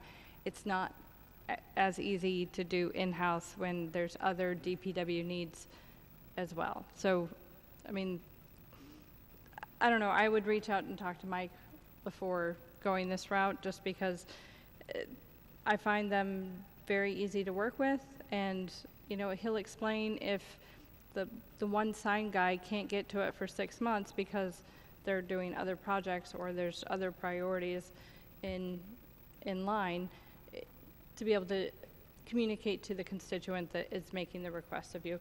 I know better than anybody, I will put anything forward if it's the right process to do. Even if I don't support something, I am not going to be judge, jury, and executioner on something. I will put it forward and let it fall to us as a group. So I do admire that part of it. It's just, this is not the process for this type of request. And that's my opinion based on my years of experience. And I do feel that the DPW has 1,000,001 things to do with very, very limited resources, and I feel bad for them. Councilor LeBlanc? In defense of our sign guy, we lost him for several months, so that's probably a reason things were delayed. And we do have a new sign guy, so signs are being made with the very little limited budget that we have to make them. You know, so maybe that was part of the problem, but, you know, I respect having all the buildings labeled correctly. I think that's a must. But I think, you know, working with the administration is a better path than making it a law. So we can take a vote, and it might not pass, and then we don't have nothing. Or we can withdraw it and kind of work through the administration. We can certainly amend the motion that we've got. I'm fine with withdrawing it. Obviously, the constituents, all of whom we work for, requested that we get these signs up. And as long as we can address this, I can talk to Mr. Destino, our mayor, go through the proper channels as our mayor has requested. And as long as they can be addressed, I don't have a problem. I gladly withdraw this. So we can do that on a voice vote, and yes. So, yes, so we would have to amend the existing motion to say that the existing motion is withdrawn. It's moved and seconded. And so, do we need a roll call on that? Or, okay, so we can say, all those in favor say aye. Aye. Opposed? Okay, the ayes have it. Thank you. Thank you, Councilor O'Hara. We won't leave this one in the dirt, okay? Thank you. Next item of business. Next item is public hearing 2018-40 to amend Gloucester Code of Ordinances, Chapter 22, Traffic and Motor Vehicles, Section 22-220, deposit to extend parking time beyond maximum legal time prohibited, subsection C, regarding prohibiting the shuffling of vehicles at parking meters. Okay. And then we'll open the public hearing and ask if anyone wishes to speak in favor of this motion.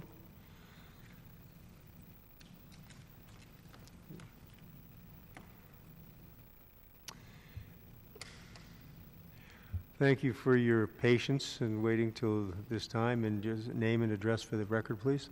Thank you, Councilor. My name is Walt Kalenda. I'm at 4 Myrtle Square, number 2. It was encouraging to hear the council so seriously take the parking issues up. We know that that is an issue in Gloucester, and from, I guess, November until May, there was an issue that spurred November of 2017 to May of 2018. There was an issue that spurred the, that sparked the inspiration for this ordinance change. And basically, my consideration here, what I'm asking for, relates to the meter bagging at will by contractors in front of other businesses and or residences. If any one of you had a business or a residence and someone wanted to willfully, just meter bag at convenience in front of your residence, how would you feel? I don't think that would go over too well, considering how closely Gloucester tends to guard its parking issues. We've all seen the cones, so we know nobody would be in favor of parking willfully at random. So the meter bag issue that we're addressing here was for the convenience, I was told, of contractors. And I agree, it was for the convenience of contractors. It was not for the necessity. The change that Councilor Cox has proposed here is for the, narrows it down to the necessity of contractors in the parking spaces, which, as I understand it, limits it to the parking spaces in front of the building they're working on. It sounds very fair to me. What happened from May to November was they meter bagged 3 to 5 spots. Much of the time, these places were empty. They used them for cars to get in and out. They used them so they could go back and forth to their cars to get tools. And as I said, that was a convenience. But it was a convenience at the expense of everyone else. It was convenience at the expense of the convenience of the business owners. It was a convenience at the expense of the shoppers. And it was a convenience for them at the expense of virtually everyone else to use those parking spaces. So I am respectfully asking that the council backs the ordinance change and limits the meter bagging to in front of the buildings being worked on. It is hot in here. I don't know how you guys do it, but thank you. Thank you. Well, anyone else to speak in favor of this proposed proposal? Anyone wishing to speak in opposition? Any communications, Madam Clerk? There are none. Any councilor questions as to the technicalities of this? Yes, Councilor Hecht. Melissa, Councilor Cox, if you wouldn't mind, I don't understand, there's 2 motions here, right? Could you, maybe this is the inappropriate time, but I do want to understand what the differences are between the 2 motions, if this is the appropriate time.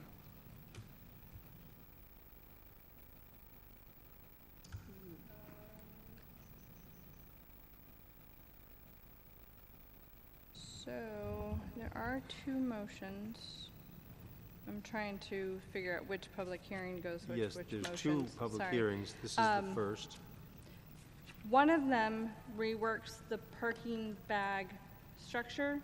The other one is updating the language of the ordinance to remove the words Tally's Corner because it's not an appropriate landmark for an ordinance. It's a company's, yeah. So I can't read the language and tell you which public hearings first because it's all in the same document. Can I see your, sorry. Language is first. So the language, public hearing 40 is just to strike the words Tally's Corner and the word at. That's what the first public hearing is on, yes. The second public hearing is on the parking meters, but they both came up at the same time because we were cleaning up the ordinance as a whole instead of just doing spot pieces. Belts and suspenders. for the So, household. so the first one, as is listed, the motion in, of the ordinance subsection C, that already exists as a, that exists as an ordinance. And we're just cleaning up the Tally's Corner language of this Sorry. first one. The way they come in the O&A meeting, yeah. it's the Got it. meters first and then the language. Right. So at the public hearings. So we're not changing the essence of the ordinance, we're just taking out Tally's Corner. And that's the first one. Okay. Okay. Any other council questions? Close the public hearing. Ask for the committee report.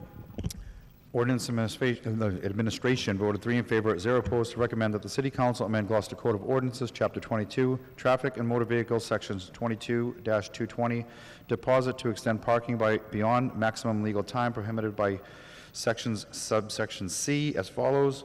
Subsection C, in order to regulate the practice of shuffling cars from one meter space to the next throughout the workday within the downtown area from Main to Spring Streets and we're striking Tally's Corner, so we're removing that.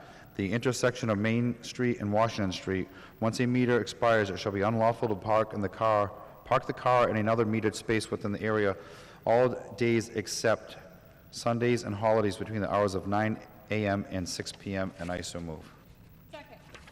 Moved and seconded. Pretty simple. Pretty simple. Just removing Anybody- language. Anybody sorry to see Tally's Corner go? No. Because it's not, okay, good, me neither. All right, then, is this a, what? Simple majority. All those in favor say aye. Aye, opposed? Thank you. Next item, next order of business. Public hearing 2018-41 to amend Gloucester Code of Ordinances, Chapter 22, Traffic and Motor Vehicles, Section 22-229, Parking Control Device, subsections A, B, C, D, and E regarding parking meter bags. And I will open the public hearing and asking anyone wishing to speak in favor of this I would ordinance. ask everybody to remember what Walt just said and Because it was for this one. Yeah, Yeah. it was Flip for that. this one. Thank you, Walt. so we don't make him come back up. Yeah. Okay, anybody else? Anybody else in favor? Anybody in opposition? Any communications? There are none. Any council questions? Nope. Then we'll close the public hearing, call for the committee report. Yes, sir. Ordinance and Administration voted 3 in favor, 0 opposed, to recommend that the City Council amend Gloucester Code of Ordinances, Chapter 22, Traffic and Motor Vehicles, Section 22-229, Parking Control Devices, subsections A, B, C, D, and E as follows. Subsection A. So I'm just going to read what the new ordinance shall say. Is that okay for everybody? So, because we're striking this language. Any space or portions thereof used to locate equipment such as dumpsters, jersey barriers, and scaffolding, but not work vehicles, shall pay $10 per metered space. Subsection B. Each space shall be reserved for the day by covering the meter with a bag issued by the building inspector's office and must be located directly in front of the work site. Each bag shall cost $5 per day and shall have the time period and expiration date inscribed thereon. Subsection D. No more than 3 bags a day shall be provided per work site for a maximum of 2 consecutive weeks. Subsection E. At no time shall the use of parking spaces under this section unreasonably interfere with the traffic. And I so move. Good, moved and seconded. Do you want to have any other commentary on this? Yes, you do? Yes, could I defer to Councilor Cox through the chair? Yes, Councilor Cox. Okay. So when this came up, the DDC has been working on this for a little over a year with legal and Muni Code. So basically, the guts of the old ordinance, good lord, always said dumpsters, Jersey barriers, or scaffolding. It was an interpretation of the ordinance that allowed work vehicles. We are adding the barrier of saying not work vehicles, because the only reason why you would really want to bag a meter is for safety purposes. There is plenty of off-street parking off of Main Street, and keep in mind this isn't citywide, it's just where meters are in place, and where scaffolding, Jersey barriers and dumpsters would be needed that would need to have the parking spots. So I know that there's parking meters out here, but it wouldn't really interfere with construction sites as much as it does on Main Street. So the goal of the DDC was to be construction friendly for the businesses that are looking to improve their facilities, but also be business friendly at the same time by not hogging up parking meters. In the past, there was no regulation or limit to the number of bags and the number of time that you could have them. And it got to the point of excess. And the construction guys would find that you could get a bag for a work vehicle, and there was no limit to the number of bags and where you could locate them. So we found at some times there'd be 7 bags for 7 work vehicles, and it's just not, it's not business friendly. So we're trying to find that equal balance between the two. There's nothing prohibiting the contractor from doing 2 hours on Main Street like any other person would be visiting. We do have the anti-shuffle, and you can only be there for 2-hour max. So it's not to say that they can't come in and drop their tools off and spend 2 hours there. They just can't stay there, bag it. I mean, it's $15 per day. That's pretty inexpensive for a parking spot downtown. So we want to make sure that it is intended for dumpsters, Jersey barriers, and scaffolding, and safety of the public, basically. That was our intention. The prices did not change from the old ordinance. And then, of course, legal had to do their own tweaking. So that's where Section E came in. At no time shall the parking under these sections unreasonably interfere with traffic, stuff like that. So, yeah. So again, this is twofold. It, adds clarification to the ordinance. We were able to clean up some of the language. The price isn't changing. It's just a matter of where you can do this and for what purposes. Thank you. Councilor LeBlanc? So we had a brief discussion on some instances that may happen downtown. We have brick and mortar buildings and stuff like that down there, so, a period of rain. So it will be, the building inspector will be able to reevaluate after the 2 weeks to extend this, correct? So if there is bad weather for a couple weeks and they can't get it, so it'll be his discretion where he can extend that permit. So there is a little bit of play there. And I also spoke with the members that are sitting out there tonight on a couple other things. But what I really want to speak, I'm going to support this tonight, but what I want to ask you guys too is, and maybe kind of, trickle through downtown and talk to the other businesses down there that are having work done to their buildings, is be a good neighbor, go over and talk to the business owner, maybe talk to the contractor and say, hey, you know what, guys, this is how things are.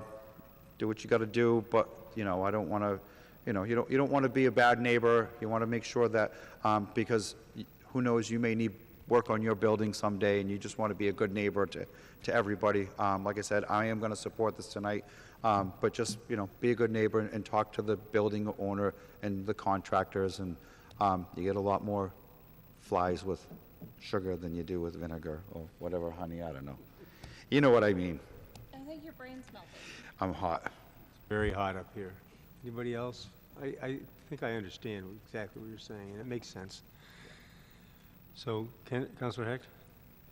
Yes, I've got extensive comments. I agree with the concept, and I think most people know I'm very excited about helping retailers. And the project that kind of spurned this is my project, so I'm very familiar with this. One of the things I hope we can all agree on is that I want more construction projects downtown. I want more rehab buildings. I want more buildings with new fascias. I want more rehab spaces and better buildings. So this is going to keep coming, and I think that this is looking at the problem only from the retailer side, which I also look at it from. I think we need to also look at the other side of the equation, which is the construction side. What happens is when you restrict what people can do, it elongates the project time.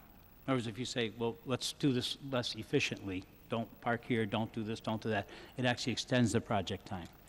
So the key element that I think is, we don't want to discourage buildings being rehabbed. I think we want to encourage buildings to be rehabbed. So the improvements to the current ordinance, I think the 2 weeks, I just don't think it's realistic. I think when you consider what happens with the project that we had, which was a building being rehabbed, it went from November to May. That included building inspector, mason, carpenters, plumbers, electricians, painters, alarm systems, sprinkler, roofs, inspections. What we're going to do if we vote on this 2-week period, we are going to put the building inspector in a real pickle, because that is going to be a real lobbying. The building inspector is going to decide. So, you know, a 2-week project, Steve, you're in the business. A 2-week project is like, that's the painter part. It's not all the other guys, right? So I think really picking 2 weeks, although it sounds good, is unrealistic, and it's going to put this responsibility on the building inspector to make a call. And someone's going to win, and someone's going to feel that they lost. And it's putting tremendous pressure on this building inspector. The mayor's going to get calls. Jim Destino's going to get calls. The police may get calls to lobby to stop this project or to have this project continue, because it's a discretion after 2 weeks to say, we're done. That's just not, we can't legislate the duration of a project. We want projects. So we particularly I don't feel there should be any timeline on this. I can support the concept of equipment on Main Street, because it has to be. The scaffolding, the Jersey barriers, that kind of thing. And as long as this, and I understand, Melissa, this does not include the perpendicular streets, the Porters and the Duncans. It doesn't include those. So someone could go over to Porter, bag away, right? Buy them all. So I think that as long as there's proximity and when all the tangential streets to Main, I think there's enough of them that I can support the concept of only equipment is allowed on Main Street and not contractor parking. I also, as I think about the 2 hour, I think about National Grid. I think about our guys, our DPW guys. I mean, I assume this doesn't just apply to developers. This is the rules, right? Doesn't it apply to our guys? It doesn't apply to our guys. If they're down there doing city maintenance or emergency route work, I would never expect National Grid or our own DPW to adhere to the 2-hour mark. Okay, so this does... Nor do they pay meters. Any blue plates don't pay meters. Okay. So So that would not apply. I want to work with this. Where I'm going, I got another page to go. But where I'm going with this, I would love to move this. With all due respect, Counselor, I mean, we had this discussion at ONA. We went over all of this at Ordinance Administration. So this is what I spoke to Walt, and, you know, this is some of the things that I spoke with. But it is under the discretion of the building inspector. I mean, if they're going to repoint the building, we know it's not going to take 2 weeks, you know. So they will, in the people that are down there, I think what happened was that it was an abuse of the bag is what triggered this. It wasn't so much the project, it was the abuse of the bag. Contractor parking is not allowed down Main Street with the bag. It's only allowed for dumpsters, Jersey barriers, or scaffolding. So if I were to have a bag, I wouldn't be able to park my vehicle there. I would have to go to a metered spot anyway. So it's kind of, you know, I'm not sure that you're getting the whole ordinance So, as a Yeah, whole. so I am, perhaps... Steve, thank you. Well, I mean, if you've had this discussion at O&A, then we probably don't have to have it again. If you want to offer some amendments, then offer the amendments. If not, we can move on. Do you have an amendment you'd like to offer to this? Because you mentioned 2 weeks is too few, and you have an amendment. I guess if I had to have an amendment, it would be about the 2 weeks. I would like to amend this ordinance so that there is no 2-week period of time stipulated within it. So it's been moved to amend that particular item D to eliminate the maximum of 2 consecutive weeks. Does anybody want to second that? Moved and seconded. Can I speak to that? Sure. So because of the equipment that is allowed to be there, dumpster, Jersey barrier, and scaffolding, with speaking with legal, we would not want to keep a dumpster for more than 2 weeks there. I would assume that they would get emptied often because of the seagull issue, but you pointed out electrician, plumber, stuff like that. Those guys don't need to have scaffolding or dumpster in place or Jersey barriers for safety purposes. So the items that were always part of this ordinance were those 3 items, and the only things that were allowed to be bagged for, it was an interpretation by the building inspector that allowed construction vehicles to park there. And in my mind, that was never an allowable use of a parking meter bag. To your other point that you feel that this is spurred by you, there was construction on Prospect Street that took up almost half of the street with parking meters for construction vehicles at another time. And that is what sparked the original discussion with the DDC. So this isn't an attack on you or No, I your understand business that. or your construction. And to Councilor LeBlanc's concern about communication, there were a lot of communications that went back and forth between both construction sites, and unfortunately, because it is the building inspector that overall allows this, I mean, this is why we're here tonight, is because an interpretation of a currently existing, which I thought was very clear, having 3 items for reason for bags, ended up being a 2-hour, 2 public hearing issue. So I don't particularly mind striking the 2 consecutive weeks, but at the same time, we did put language in that said it was at the discretion of the building inspector. We're basically just trying to provide some guidelines. And I think having something like this in place means that a dumpster won't sit out there for a month and a half, or scaffolding will not be there for a month and a half.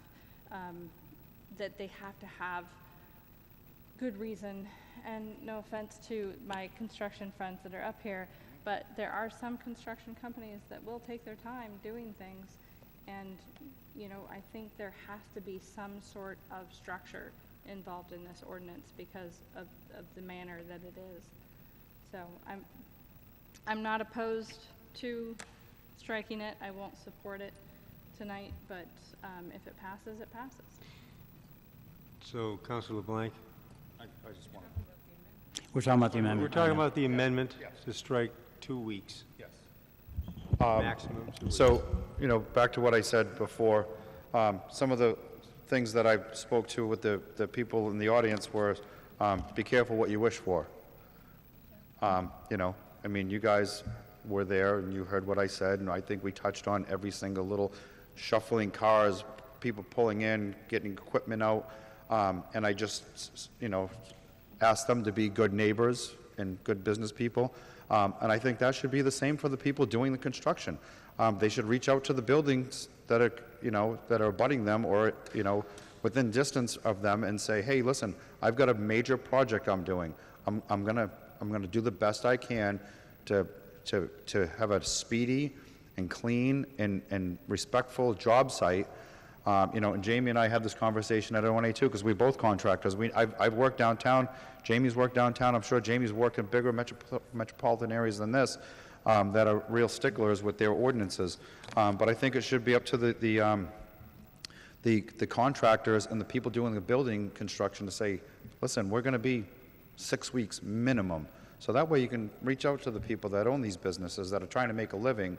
You know, I was on the fence.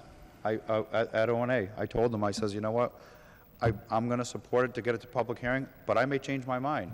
I've had a couple weeks to think about things and ask questions. I've asked some of my contractor friends that do a lot of work downstairs, down at downtown, and they didn't seem that it was an issue to, you know, with the consent of the building inspector, having the, you know, the ability to extend this as needed. So it's not set in stone, 2 weeks, you're done, project's done. You know, there is wiggle room there. It's not a defined exact, you know, shut the project down. So, you know, that being said, being good neighbors and also being good neighbors doing the construction, it works both ways. That's just me.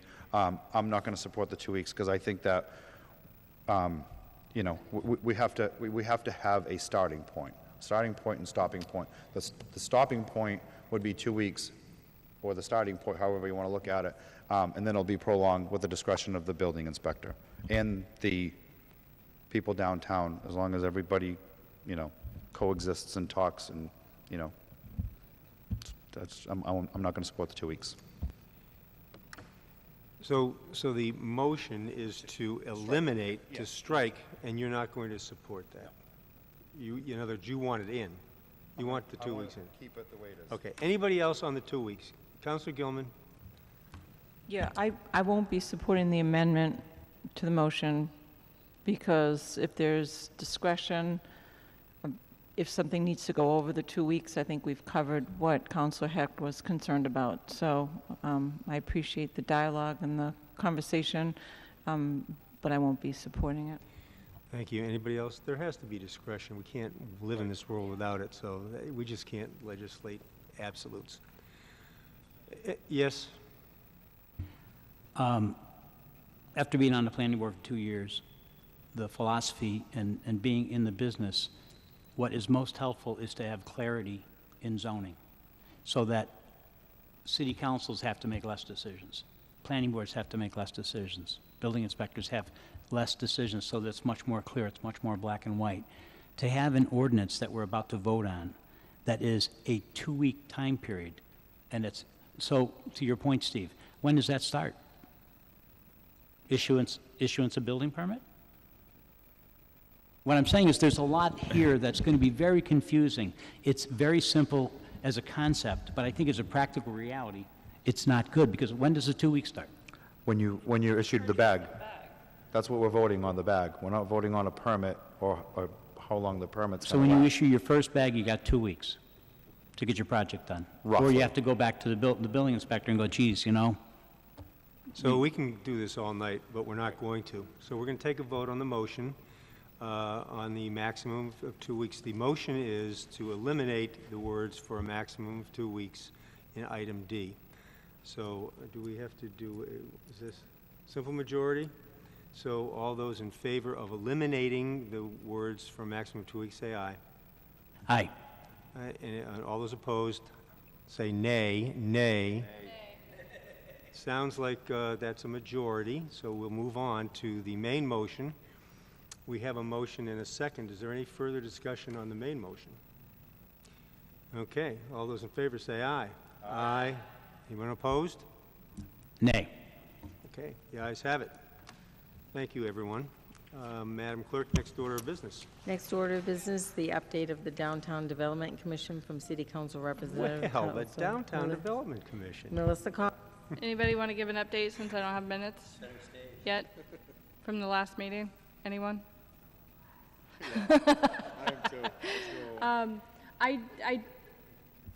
The next meeting date has not been set, therefore the chair has not sent out the minutes from the last meeting, of which I had a special budget meeting, so I was not able to attend. So got nothing. Yep, but we have two really important commissions, the Downtown Development Commission and the Tourism Commission, that need to have us help. The what? Tourism. But what was the first one you said? Downtown, you're the Downtown Yeah, Development Commission. That one's working just fine. Two really, no, Very confused by what you're. I'm saying that they're very important, that's all. Thank you. Okay, so then the next order of business?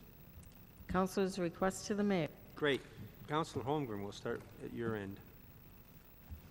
I don't have any requests to the mayor, but I will say to everybody that the Gloucester Harbor Walk Summer Cinema Series is beginning tomorrow, and that is at I-4C2 every Wednesday at dusk from July 11th to August 8th, starting tomorrow with The Greatest Showman.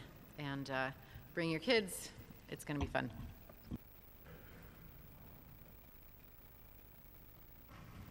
I have three really exciting comments that I'd like to make. The first is that the Animal Advisory Committee will be having a meeting at 6:30 on Thursday in the third floor conference room, and on their agenda are changes being proposed and considered to protect the piping plovers on Good Harbor Beach and throughout the town. And as you all know, all four of our piping plover chicks, which is an endangered species with federal protection, have not succeeded in making it through their gestation, unfortunately. So there's a very clear effort, and this is in spite of a lot of work by the Conservation Commission and a number of volunteer marshals. And there's a potential $25,000 penalty that the city could face because of our failure to protect these poor creatures, which are really very sweet. So that's Thursday. They were eaten by gulls. That's subject to discussion. I had a 3-hour meeting today with Deborah Kramer. So on Monday, as you probably all know, or I hope you all know, on Monday evening at 6:30, we will be having a neighborhood constituent meeting at the site of the Espresso's restaurant. We tried to gain entrance and we were told that it was not safe. There was too much mold underneath the pool table. So we'll probably be behind in the parking lot, but this is to consider proposed changes by the developer. Sal Frontiero will be presenting along with the development team. They've downsized this from a 10-unit project to an 8-unit project with one affordable in 2 buildings set further back against the property with more open space in front. There's still an issue about height. But we are holding a neighborhood meeting to have the developers present and then deal with questions. And the third item I'd just like to comment is following up on the initial comment that the EDIC, Becky Burney, Ron Ross, and Barry Pett, and the Executive Director, Tom Gillette, have done a very dedicated job on behalf of the city. I was personally disappointed by the way in which their terms were allowed to terminate, and they were replaced without better discussion and turnover or better communication with the new people coming on board who are very well qualified. But it was a source of concern that they were treated in what appeared to be something of disrespect, and that's a concern to me for anybody who volunteers for the city and on any committee, particularly for 10, 20, or 30 years. Thank you.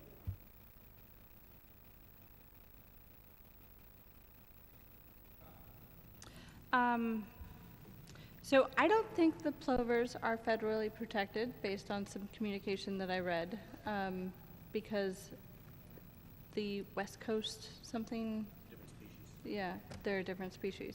Okay. I would ask the Animal Advisory Commission to look at Cranes Beach because they had 24 successful births. And, yeah, I have something to do on Thursday, sorry. But I would reach out to Cranes because they also allow dogs on their beach. And I think there is a way to coexist and be successful. We just got to figure out what that is. Block party on the 14th, first one of the year. Super excited. Get your reservations in now, people, because the place is going to be packed. And yes, really, you had to go there. I have a very complicated request to the mayor. Ready, Grace? So I would like someone to look into the worst case scenario of high tide at the beach and how many people we can fit at the beach. A lot of discussion over the last few weeks with the traffic issues have been, why don't we open up the high school as an extra lot and bus people into the beach? Well, we only have so much sand at high tide.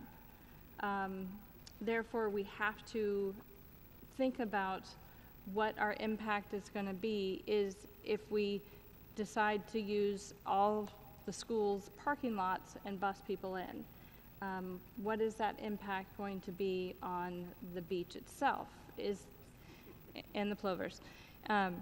If there's even enough room, I think we need to look at what we have to offer before we can say that's a solution, because I don't want to say no automatically, but I think we need to think about it mathematically to figure out how many people the beach can hold without impacting the birds and the sand dunes and all that other stuff, and still provide a pleasant experience for all the beachgoers so they're not, jammed together and, towels touching and umbrellas knocking over and stuff like that.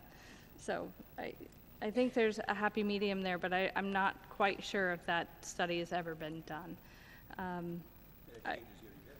Yeah, and I mean, I think we need to look at that before we just say a blanket no on using auxiliary lots.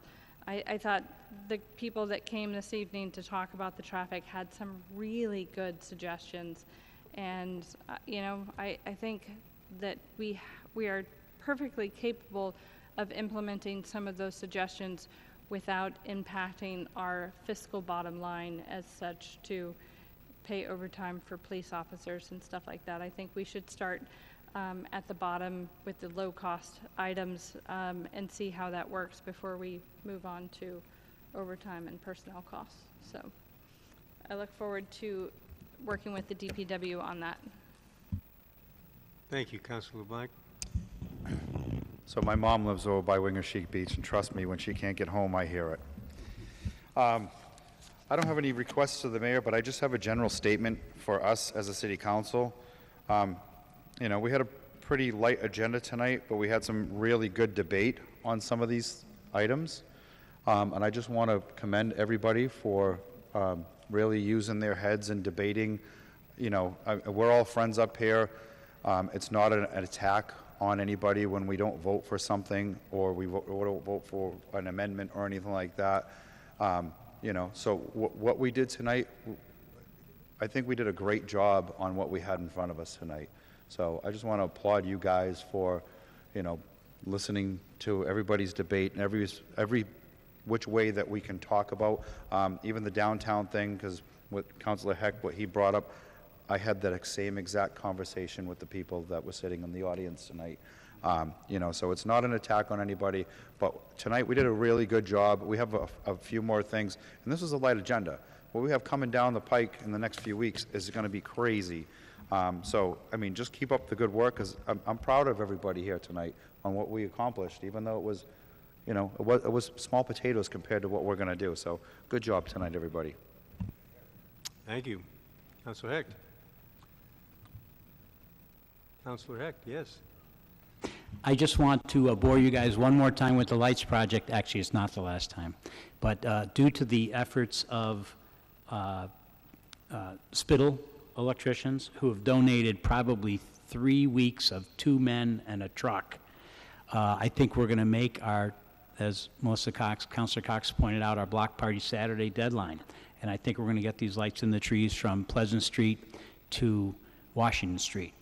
And Steve Noble and his group have done just an amazing job of picking up the ball and really running with it. And I want to thank those 2 groups in particular. And Ringo Tarr, again, get better.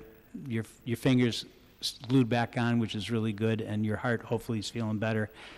So there will be a phase 2 of the project, and that'll start after the block party. But I think we're going to be there for the block party. So thank you, everybody.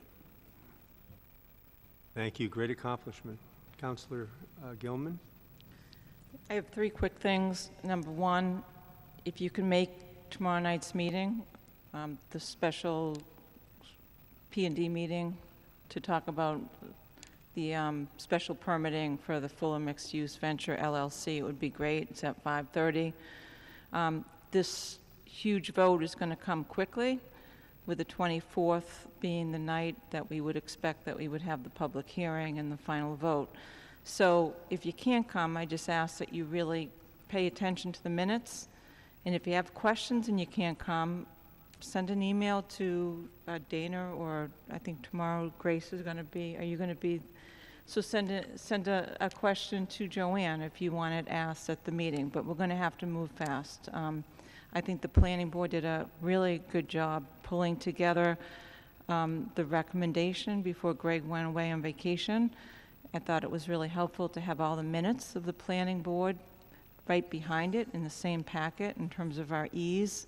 And so I do ask that we look really closely at what we have in front of us. Something else that I've done is I've pulled out the special permitting that occurred for Gloucester Crossing, because I thought that would be helpful to kind of back check. But let's just stay really close to that and work together. The other thing I wanted to mention is that the following day I won't be able to attend the Animal Advisory Board meeting because we are hosting an educational forum on gypsy moths at the Lanesville Community Center. It starts at 7.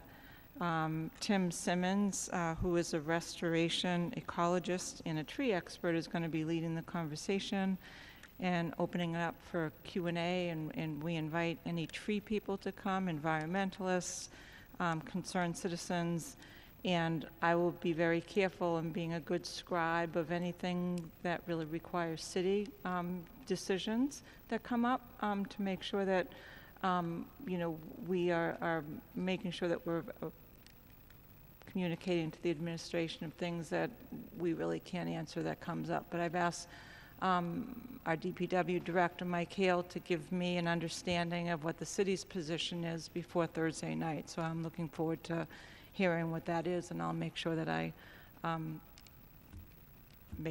clear about that in the meeting.